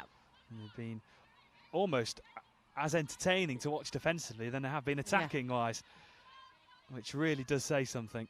And can Galaxy London, can they just finish off trying to get maybe a score or two? Shepherd involved. Oh, there just we go. manages to latch on. Yes. Shepherd goes to the line. And she got it. Nice. Well, at this point, they just want to try and get as many points as they can on the board just to retrieve this scoreline it's had, and that's just one back.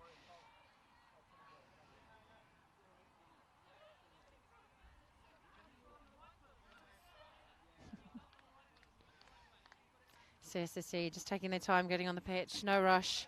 A few minutes left. Yeah, absolutely. If you just see in your picture, just almost just strolling, a leisurely Saturday afternoon stroll back onto the pitch, and now they tap off, and here's Claire Waddle just making up a few yards. Naomi Fernett now with Lynn Cantwell as well, who actually got things started for CSSC in the first half. Back into the middle. Fernett just trying to weave her way through the gap, but just couldn't do so. So under 2 minutes She must be one remaining. of the tallest players on the She's in the very women's tall, division. isn't she?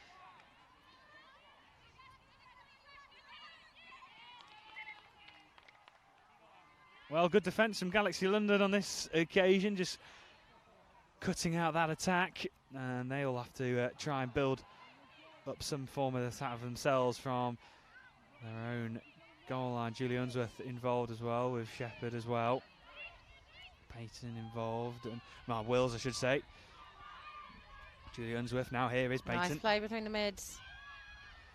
Good scoop up, last touch. Oh, just that final pass, it just died on her slightly as she tried to pick it up. So on our clock, a minute remaining. CSSC on their way to a win, and they've been absolutely superb to watch.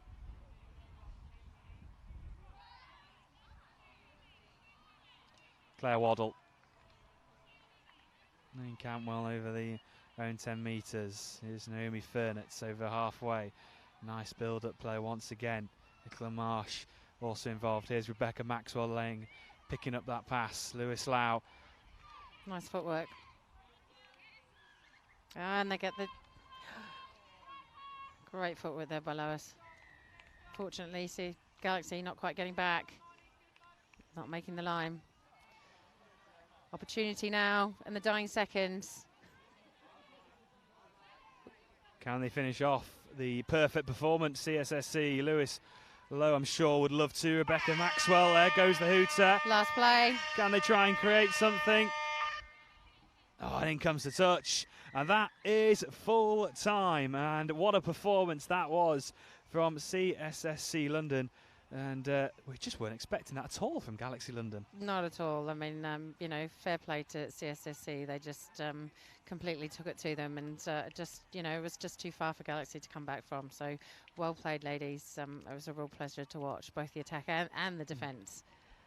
Absolutely. Well, that rounds up our 5th game of the day. Next up, we'll be going back to the men's as Cambridge will take on CSSC.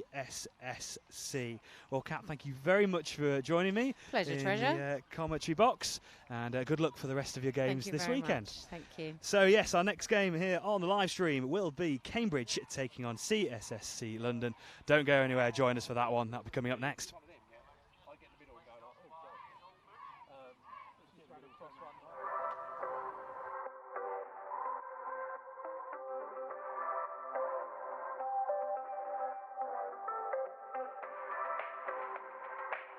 Touch is a minimum contact sport where the aim is to score more touchdowns than your opposition. Touch team is made up of 6 players on the pitch with up to 8 substitutions. Those 8 substitutions can roll on the pitch at any time. Touch can be made of mixed teams or single gender teams. In a mixed team, there is a minimum of 1 man and a maximum of 3 men on the pitch at any one time. At an international level, touch games are made up of 2 20-minute halves. Half time, girls.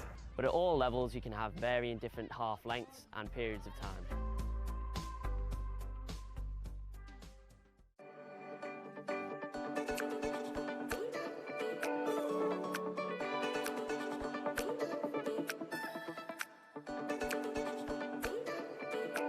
To describe a changeover, it's as a result of a mistake. So mistakes can be from dropping the ball. Play on. Ball's down. Just the ball down, girls. When the play has gone over the sideline or beyond the dead ball line. Touch 27. Good.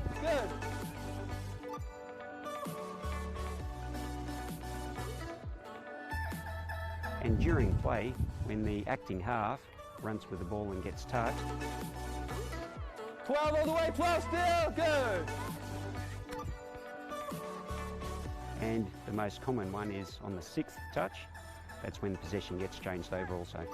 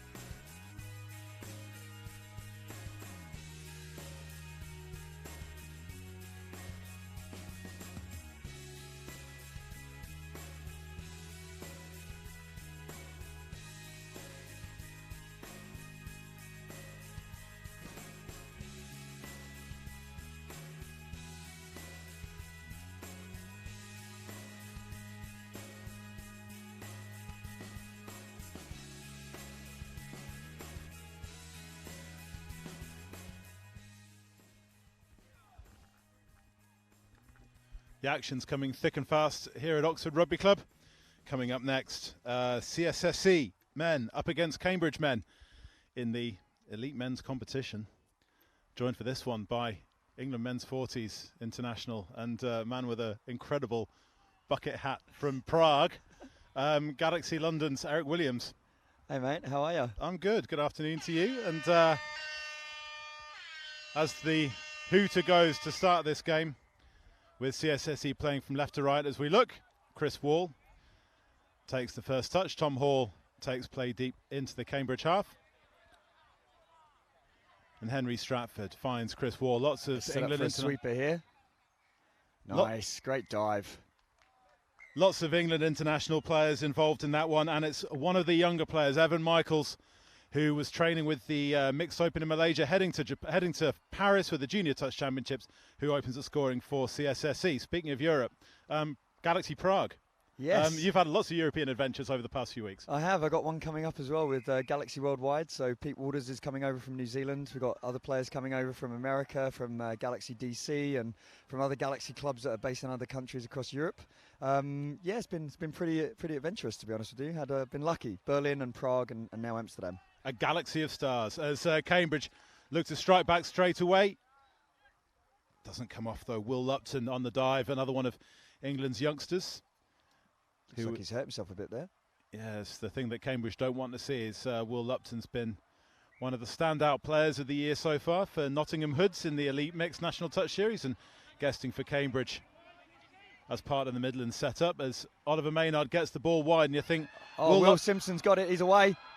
No one's going to catch him.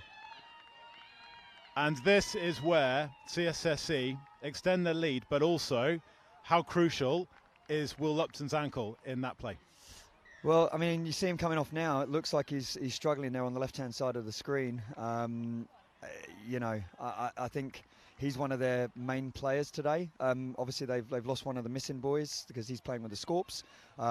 So I think, you know, if he's not fit, this team's probably going to struggle a little bit for attack options. Yeah, I think if he hadn't have taken that knock, he'd have probably caught that. You know, I think it's just slowed him down a little bit as Cambridge, you know, a bit of a sucker punch there, but they brought the experience on. John Lovell and Ben Powell.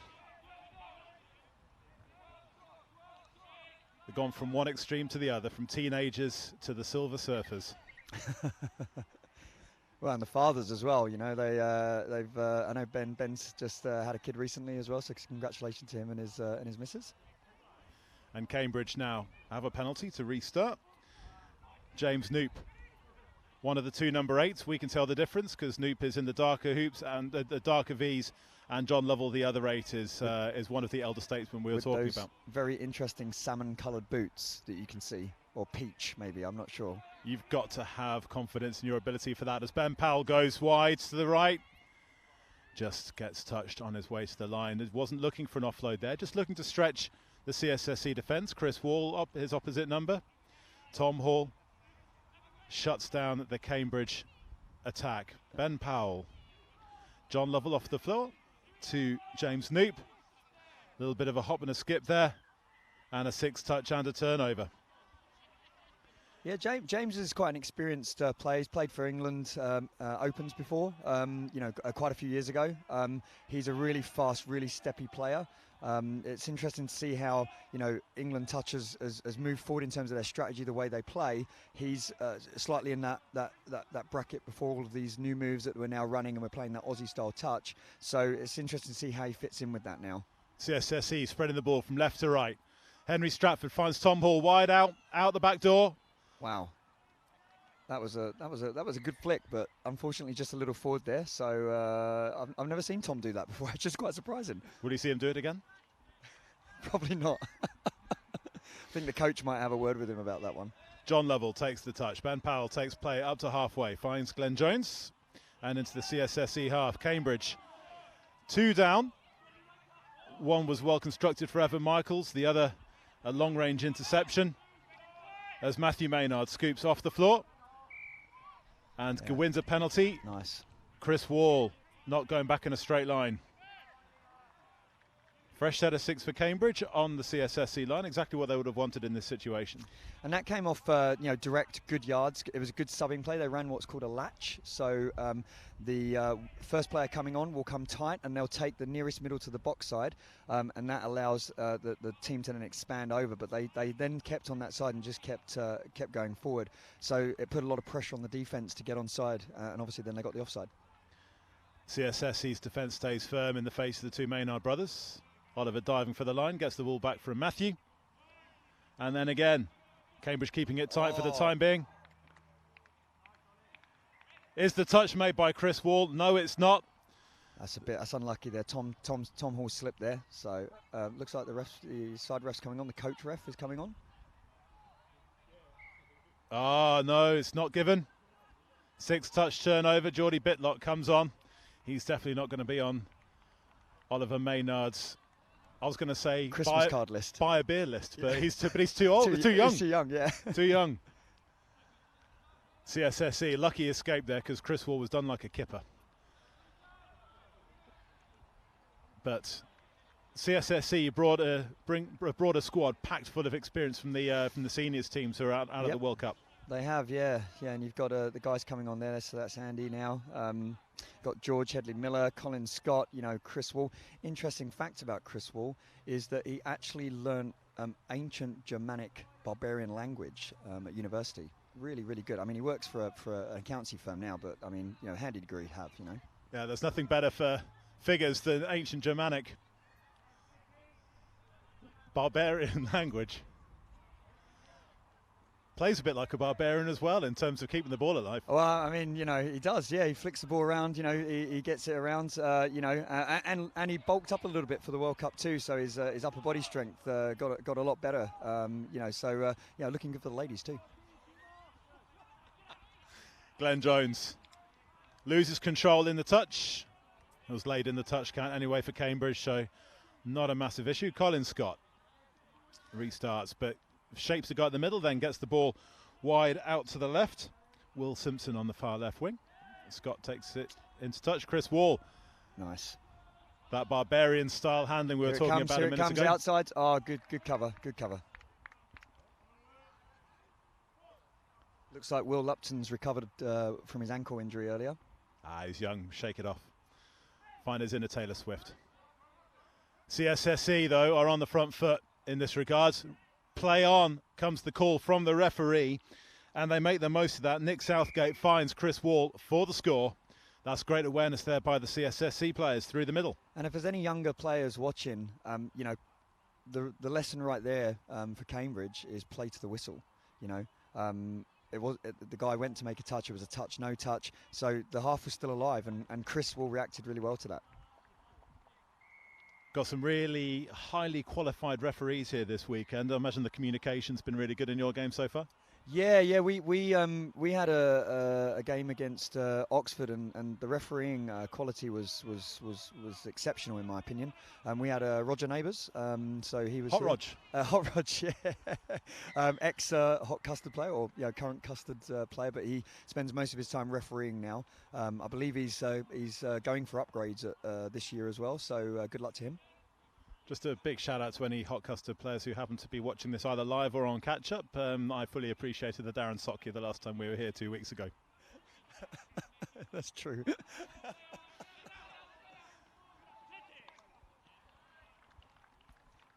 We do miss the Custard guys. I wish they were here. And they brought their paddling pool. Ben Powell spreads play right out to the right to Harry Misson. Again, the Cambridge's elder statesman combining with the up-and-comers. Oliver Maynard on the left, 6-touch and the turnover. No time not explaining, and neither are you, what the Darren Sockyer is. No, I'm not going there. No. Colin Scott's on the ball. He's got steady hands. Interesting fact about Colin Scott, he's recently taken up ice sculpting to help with his temper. But he's also doing that with Camille Shahabdin, who's playing with us this weekend. It's a match made in heaven. Chris Wall, him of the Germanic barbarian language, has back in the middle. He's been playing link so far, and he gets the ball back. Sets play up. Oh, he's gone a quickie there. Quickie. Got the outsides. Great covering from Oliver Maynard on George Miller. So you saw Gareth Weaver there. He was going around for the sweeper there. This guy's got some pace. Has that ball been put down under control? Yes. It has. And Zubin Tanner from the University of Southampton, guesting for CSSC, puts the pace down and extends the Londoners lead. And a congratulations to Zubin as well. He's made his first Opens team for Nationals. So he's going to be playing for the Southeast region in the Nationals in August for the Men's Opens. Congratulations to him. Tournament you'll be able to see on the England Touch YouTube channel. And all being well, a couple of other outlets as well. But watch this space on that news. August bank holiday. Be there or be square. Be tanned as well if this summer continues as it is now. It's a far cry from Manchester 4 weeks ago. Oh, that was horrible. Come back to your European adventures in just a second. At CSSC, who have again, they've played a lot of touch in Europe this year as well as domestically. They were out in Paris and they're heading over to Amsterdam. Yep. And they were in Prague as well. They did doing really well. I'm really enjoying seeing them out on that tour because usually you only see them in GIF and then maybe the odd sort of random tournament like down in Portugal or something like that. But they're playing a lot of the main tournaments now because I think their numbers have bolstered so much they've got to give those options to their players to get more tournaments in. Yeah, the only clubs that have 3 teams in every tournament of the Elite Mixed National Touch Series. And they're sending teams to the Development National Touch Series as well. As Cambridge through Lupton, he's recovered from his earlier knock. Back at the heart of the Cambridge midfield, 6 touch and a turnover. In terms of the those tournaments that you're playing across Europe, and with one eye a little bit on the European Club Champs in Maidenhead at the beginning of August, what do you get from that? From playing overseas and from playing with players from different nationalities as part of the Galaxy stable of stars?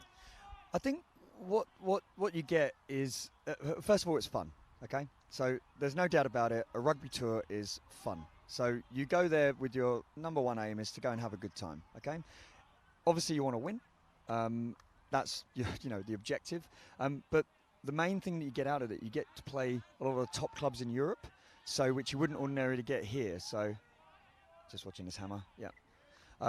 You wouldn't get that here. So it's nice to play a different variants of teams and different variants of styles because each country has their own running style, they have their own moves or set moves, and they're national champions. So like Hurricanes or Free Touch in France or Touch Munich or Touch Berlin, Germany. It's really nice to get to play those kind of players because you don't play them all the time. So it gives you more of a challenge. As Cambridge looking to get their first score on the board so far. Just Matthew Maynard there, fumbling the play, fumbling the ball, CSSC through Colin Scott. And now play goes up the left wing. And here comes Andrew Dyer, gets touched. Tom Hall now takes play deep into the Cambridge half. Here comes Lanin Tuba. We've seen his Zubin Tanner, we've seen his pace already so far this game. It's going to take a lot to beat James Noop. He is one quick player. So what can we expect from those from the European Club Championships in Maidenhead in 4 weeks' time? Yeah, I mean, I haven't seen the lineup yet, so I don't know who's attending. I've spoken to a couple of clubs, obviously, that we're friends with, that we know are going to be coming. So yeah, nice. Oh, that's definitely, if you're going to qualify for a player who's going to be facing a forfeit tomorrow, I think that's it. Look, I mean, they're up by a couple, so, but if it's a tight game and the guys aren't going to be happy with that. I think we're having a bit of fun here. We're talking, but in men's, in any elite touch, you've got to convert those scores, and small drops like that, just sacrilege. Unlucky to the player, but you got to convert those.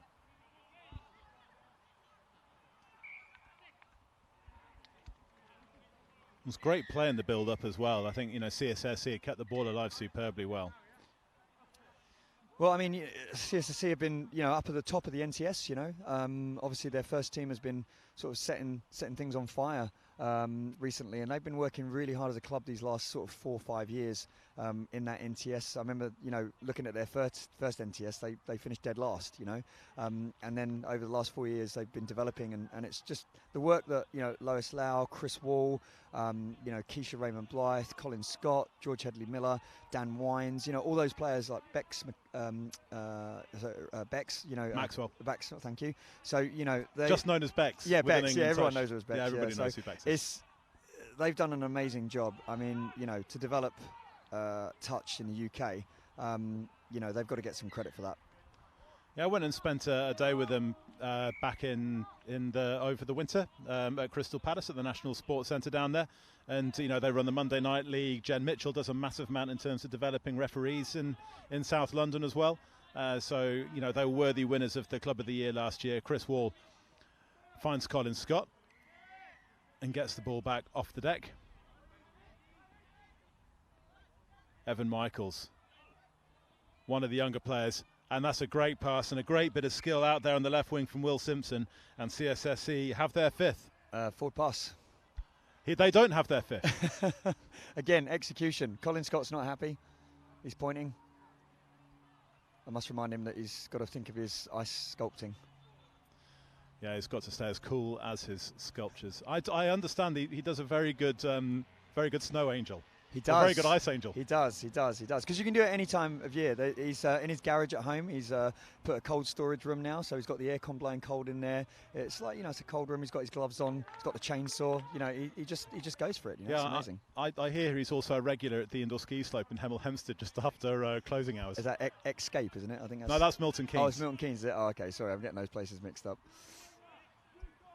Lots of roundabouts in both. And here come Cambridge. There he is. Can he get free? Nice. That's Ball the two. Down. Yep. That's the two number 8s combining. James Newt finds John Lovell, and his Salmon Trainers. They're not even boots. The Salmon Trainers has put Cambridge on the board for their first score of this game. Just coming up to 3 minutes to play in the first half. Cambridge really needed that. They did, yeah, and it's you know, it's a really well worked try. They got the scooper, you know, the right person to scoop. You know, you want your quickest player or the steppiest player to get the ball and scoop through, and they did on that one. So you know, well played to them. I think they've got George Headley Miller, number 6. He's on, so you got to look out for him. He's an England men's 30s player. Interesting fact about George: his Uber rating is 3.5 because he's rude to the drivers. He doesn't talk to them much. I've not found that in my experience. I think he's quite a friendly chap, so I don't know why he's getting a 3.5, to be honest. As CSSC hit back straight away through Andrew Dyer. But it gets his low Uber rating because he doesn't talk to other drivers. Well, no, he doesn't talk to the driver. So, you know, when you get in an Uber, you know, it's like, oh, hey, how are you? You know, oh, thanks for picking me up. You know, just the general stuff. He just gets in. He's like, yeah, I'm just going here, thanks. And he kind of gets on with his day, you know. I thought you meant his Uber rating was as a driver and he didn't talk to other drivers. No. He doesn't moonlight as an Uber driver. No, well, I don't know. He might do. I mean, you know, it could happen. Actually, just one thing, just going back to Malaysia for a second. I thought the Grab drivers were Grab is their version of Uber out there in Kuala Lumpur. And we'll share Grab stories in a second because you put some stuff on Instagram, which is really cool. As Cambridge great score. Get their second. Ball whips through the hands out to William Murphy on the left wing, and it is number 2 for Cambridge. Just to go back to the Grab, it was really interesting chatting to the drivers because you had guys who were. I was chatting to one guy who spends 6 months of the year on commercial shipping. Yep. So out on container ships and whatever, and spends the other 6 months of the year driving for Grab because otherwise you get bored sat at home. Doesn't need to do it for the money. Wow. Just does it for the company. But it's a great way to meet people, isn't it? You know, it's a great way to you know, meet people, converse, and get your way around a city. And you're right, not be bored, obviously, and make a bit of money. Yeah, because your Grab driver from the airport to the hotel, you were singing, or was he teaching you Malaysian? No, he was teaching me Malaysian, actually. So wherever I go to a country, I like to you know, I mean, not to the level of Chris Wall with, you know, the old ancient Germanic barbarian language, but I like to learn sort of custom, you know, language. So like, hi, how are you? You know, how much is this? Can I order that? You know, that kind of stuff. So, because it's nice to make an effort when you go somewhere, you know.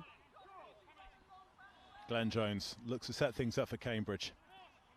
Last minute of this first half in the Oxford Sun.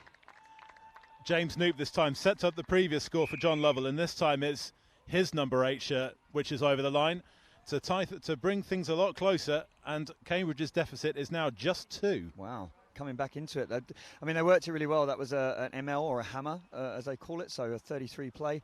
You know, Glenn Jones set up, did a really good, strong set dump, and they got the ball to James Noop, and he just stepped and scored. It was a really good play. CSSC looked to be in firm control of this, but all of a sudden Cambridge have started to fight back in, as you're saying. Tom Hall was out with Malaysia with the men's 30s, out in State Cup as well with the men's open team. But CSSC with...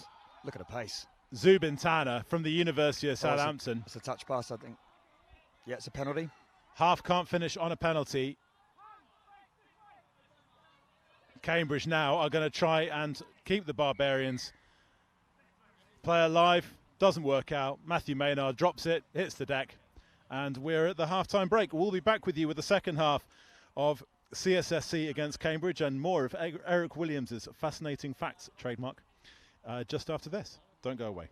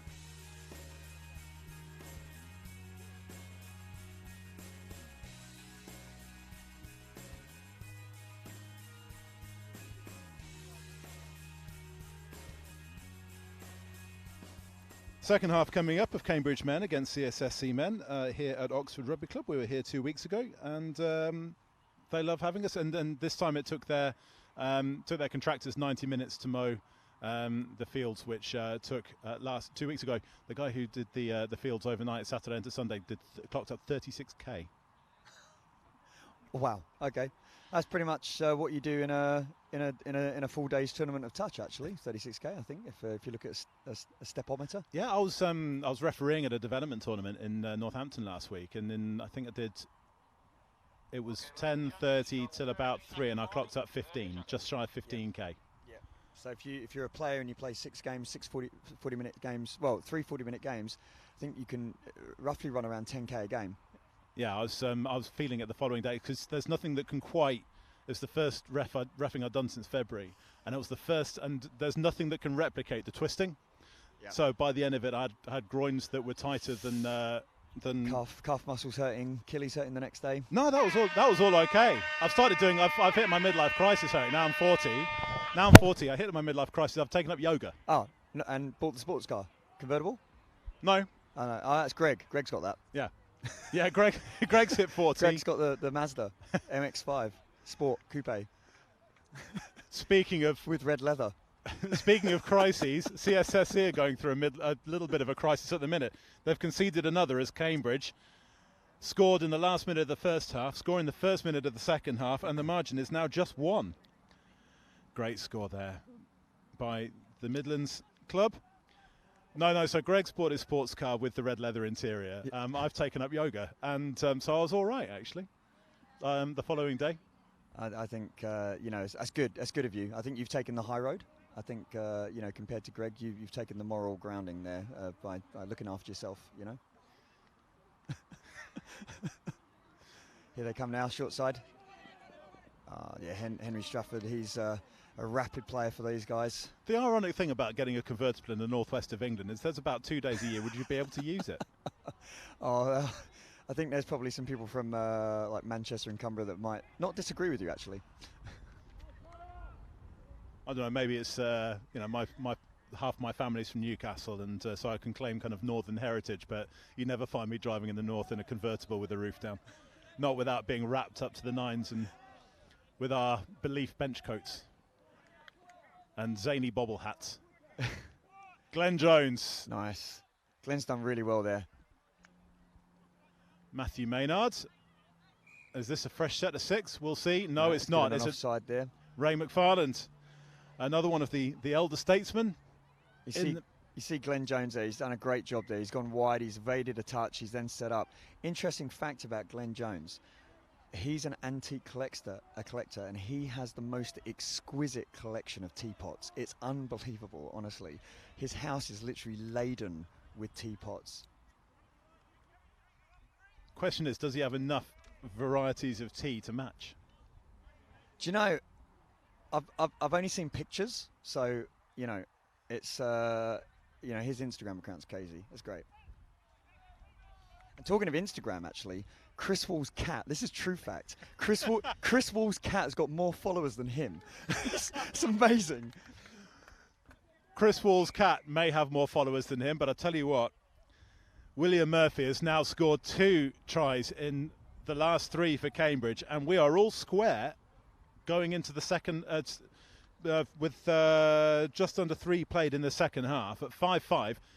20 minutes ago, wouldn't have seen this coming. No. Even 10 minutes ago, you wouldn't have seen this coming. No, I think, getting serious now, obviously, Cambridge have stuck to their plays. I think they had a rusty start. I think that CSSC started really well. And what's happened there is possibly a little bit of complacency. They're like, oh, we're going to run away with this, etc. And now they're sort of panicking a little bit. They're organising themselves. Defence is working well. They've had shutouts, and I think Cambridge, their driving has really affected this game. Zubin Tanner gets touched on the right side, comes left, and Cambridge are well aware of the danger and have shut that down really, really well. As you say, it's their defence which has really stepped up. Scoring is one thing, but you can't concede straight away. John Lovell finds the try scorer. William Murphy's got 2 in this game. Lovell, in his salmon boots, salmon trainers, just gets the ball off the floor and then takes a breather. The other number 8, James Knoop, been a key player for Cambridge so far. Will Lupton. CSSC's defence this time stays calm under pressure. But that's okay. Any team that's watching this or anyone that plays in a team, you want to complete your sets. If you complete your sets and you play territory, you can get your 6 touches all the way up there. You don't have to score every time, but make the other team work to come back down the other way. Because you may get a turnover, they may go over the mark, a penalty or drop a ball, and then you're in the attack. Henry Stratford straightens things up. Colin Scott As cool as his ice sculptures. Finds Stratford. Now Evan Michaels scored a try in the first half. Sean Atkins let one slip in the first half. Nothing wrong with his handling that time. 5th touch, 1 score, 1 play for CSSC. Chris Wall, Evan Michaels, back to Sean Atkins. Henry Stratford, ball goes away, ball to ground. Cambridge shut the door. See ya. And you can just hear, just from the sideline, you know, I'm sure people can hear it on the commentary through here. The Cambridge guys are really pumped for this now. They're really, really pumped up.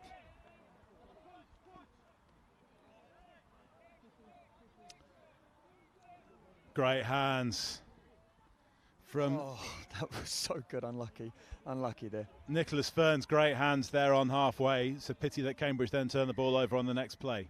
CSSC set some play up in the Cambridge half.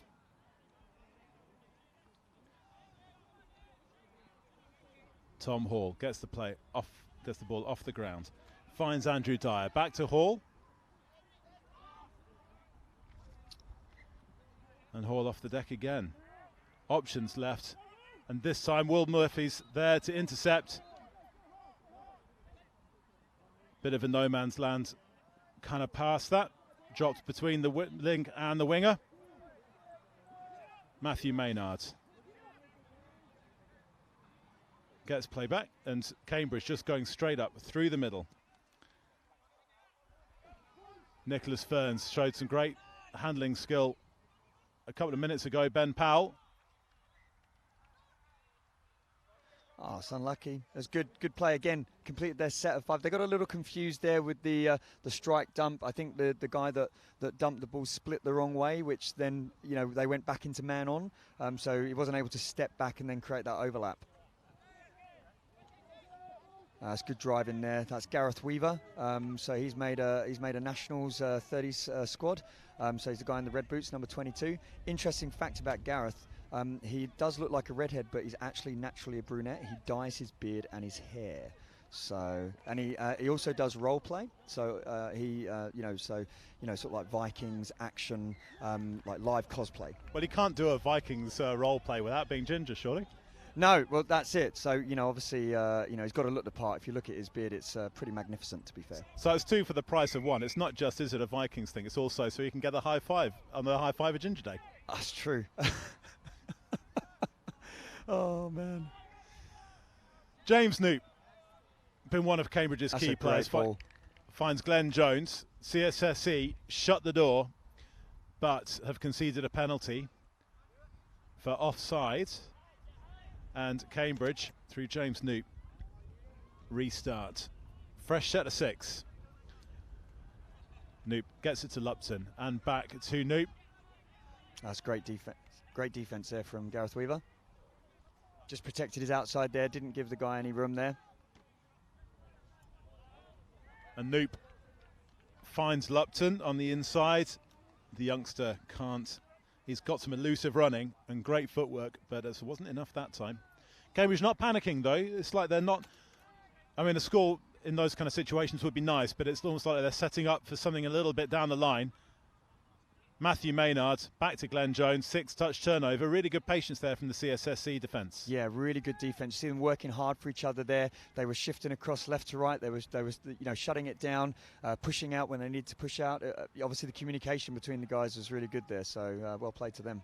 Midway, just coming to the midway point in the second half. There's everything still to play for. This is a very, very even game now. One mistake here or there, or a bit of class here or there is going to do it. And is Evan Michaels going to produce this for CSSC? He's the half, can't get touched, and that is a turnover. I think it was a 6-touch anyway. Hot Rod shows the footwork to get back in line. And Will Lupton takes play up to the 10-metre line. Matthew Maynard, Cambridge now driving really, really well. 2nd touch and they're already up to halfway. Yeah, I mean, a bit of a breakdown there, but now they've reorganised themselves, getting back on, going to get the roll on. They've got a shooter.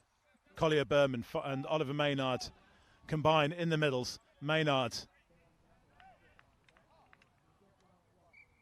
Good honesty there from Maynard.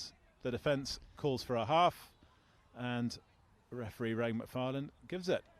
Now, Oh, they've gone direct now, so they're doing a 4-man drive, what's called arrows. Nice check back between each other, so they're going to come in back now.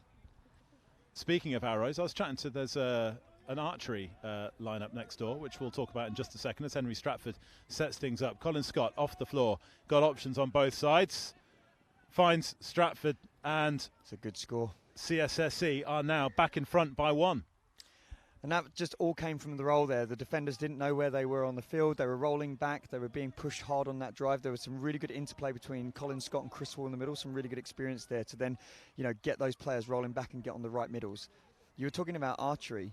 It's an interesting fact about Henry Stratford. He is into ancient Japanese culture. And he has recently taken up ninjutsu. He lost his first jiu-jitsu fight recently. But I understand he's now taking up, rather than hand-to-hand combat, he's into the archery. So it's interesting you said that. Matthew Maynard, really close to having some outstanding skill there from Nicholas Ferns. Unfortunately, ball just eluding this time. I was chatting to one of the archers just on the field next to us here at Oxford, and just talking about how zen it is, because you've got to really focus and find your inner calm. Otherwise, you don't want the arrows going off in a slightly errant direction. Well, I mean, you don't want to be around an angry archer, do you? Really, that's that's probably common sense right there. So, as Mr. Paceman, Zubin Tanner, the University of Southampton youngster, the hot stepper in the CSSC link position. Camille Shahabdeen. Yes. May be into his ice sculpture, but he is another hot stepper. He is, yeah. He's been a good addition for us for this tournament. He's playing with our men's at the moment. He's originally obviously from Bristol, but yeah, he's played obviously the mixed open as Cambridge go through. James Newt with a pass there, yes. Harry Misson with the score there. They're having a chat now. Geordie Bitlock and Ray McFarlane are to be earwigging in on that conversation. We'll see what the result is. Yeah, I think he was just checking if it was a forward pass there. Nothing wrong with that pass, and if there's a player who doesn't have to travel too far to get the ball down, it is young Harry Misson.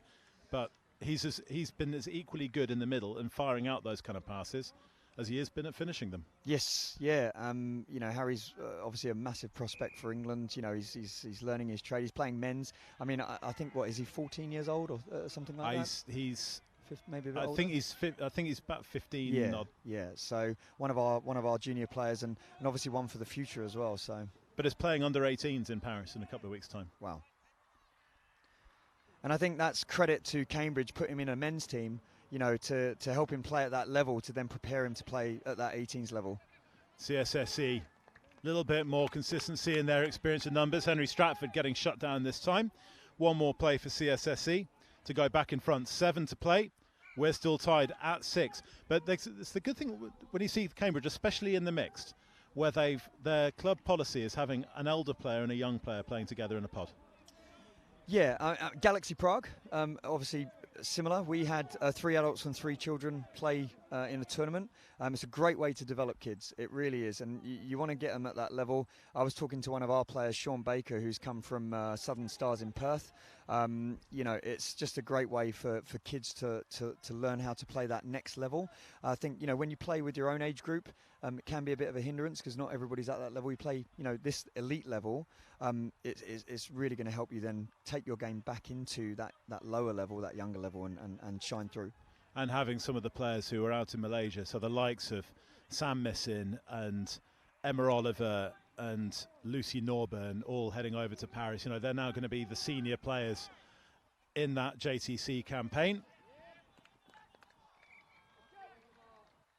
And that's going to be good for their development as well, taking the thing from what they've learned and then into the leadership for the youngsters as well.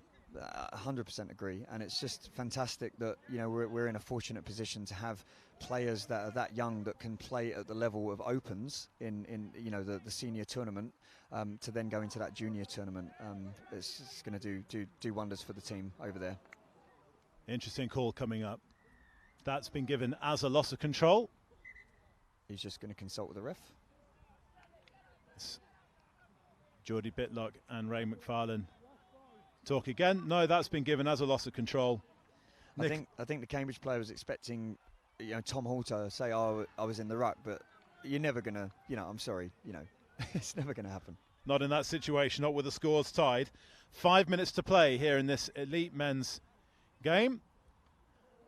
It's all round robin this weekend. There's no knockouts, so every point counts, every win counts, and more importantly as well is that I get a feeling that points difference could come into its own as the weekend goes on.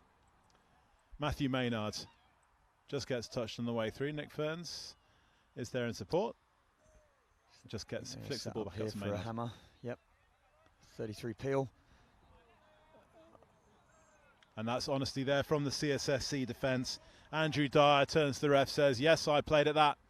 Fresh set of 6 for... I think they're going to try it again. Oh. Will Lupton. Oh, my goodness. That was a great individual try. Talked about his footwork and his ability and his pace and his acceleration earlier on in the first half. This time that pays absolute dividends, and that's a real seer to the CSSC defence. Yeah, he looked like he was just coming across for a soft switch, or what we call an Aussie. Faked it and then went, and just threw the dummy. The winger was flat-footed, and it was just all over. It's great to see those players play. Really rubbish to play up against them. Yeah, well, being one of the older men in the team, and those 18-year-olds do that, when they do that to you, it just makes you look pretty average.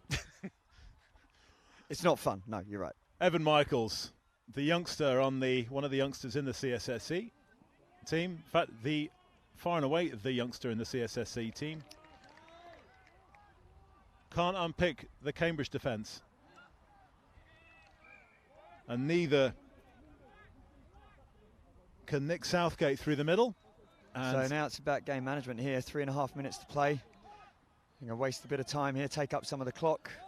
Yep. Oh, bad penalty to give away. 6 more touches here. And Cambridge this time, loss of control. Small margins, yeah. Yeah, a little bit too slack in the execution there. Gun CSSC, perfect position. Chris Wall, he won't panic. Legendary in his... He may have been studying Germanic barbarian language, but he's as cool as a cucumber. It's as cool as you want one of Colin Scott's ice sculptures. But this time... Just that execution there. A little bit of an experience there. I think we were on maybe 3rd touch there, so, could have held on to it. But, bit of a 50-50 there, unfortunately. No surprise that CSSC are trying to shut the Cambridge offence down. Getting into their faces. But Cambridge, nevertheless, 4th touch coming already in the CSSC half. Bit of game management you were talking about a minute ago. As one of the scorers... I look forward. James Knoop scored earlier. This time Ben Powell's pass out to young Harry Missin drifts forward. And CSSC are still in this. Colin Scott. 2 minutes to go. They've got to go now. That's great. That's great from George. Great evading the touch there. Got the extra yards in. Now they're on the roll. They're all flat. Got it. Yeah, easy. Got the mismatch there. We saw Sean Atkins miss one in the first half. This time there's nothing wrong with his handling. Gets the ball back. I think we got over... You know what? I think we just got overflown by a Spitfire. Or it was just disappeared off into the direction. We certainly got overflowed by something, which was a nice plane going over the top, and there's nothing wrong with the wing play of Sean Atkins in that situation. Ties things up. Just over a minute to play. This one has been, after CSSC had extended put themselves into a really good lead in the first half. This one is going down to the wire. Next score wins. Don't know why he didn't dive there. Yeah, had that middle had committed, so Colin Scott had committed. He kind of got a little bent out of shape in the touch there. He wasn't able to get back on side, so Will Upton just targeted him there. So they're now going to run the hammer. There's the ML. He's going to go short side. Matthew Maynard finds Lupton. Oh, ball was down. Ball down, Hot Rod. There is the plane. Oh, there's a Spitfire. I don't think it is. It's not as beautiful as a Spitfire, but that dive was absolutely off the top drawer. Will Lupton, question is, has he won this for Cambridge with fewer than 30 seconds to play? I think they know that as well. They've got to play quick. They've got one chance here. Here it comes. Chris is going to go long here. Oh, 6 more. And the penalty. 10 seconds. They've got to play it quick. Play it quick. Buzzer's going to go. Sorry, Huda. Last play, last play, last play. Oh! Made the touch. Well played. Great defence and a great game for Cambridge. They've come back from the dead in the first half to nick this one. 8 tries to 7. Will Lupton with a score in the last minute to win it for Cambridge. Just quickly sum that game up, Eric Williams. Oh, you know, game of 2 halves. Bit of a cliche, but CSSC started well, and then Cambridge just came back, and then it was just they were in the grind. Both teams were in the grind there at the end, and obviously a bit of individual brilliance just made the difference. We're going to switch streams in just a second. Thanks for your time, Eric Williams. Good luck to you and the rest of the Galaxy team for the remainder of the weekend. Coming up in just a couple of minutes' time, London Scorpions against Thames Valley Vikings in the women's competition. Don't go anywhere.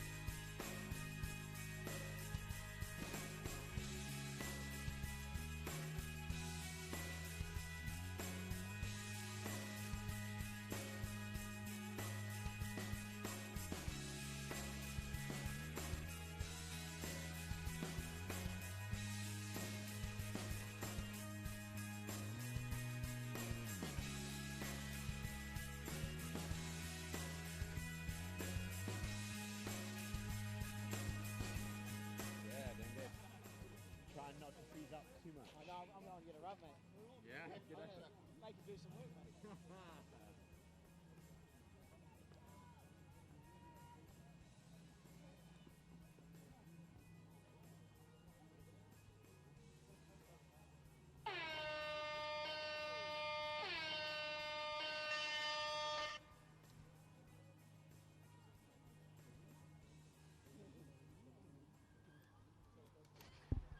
So here we go, welcome back to Oxford as we move on to our next game and back to the women's side as we see London Scorpions taking on Thames Valley Vikings.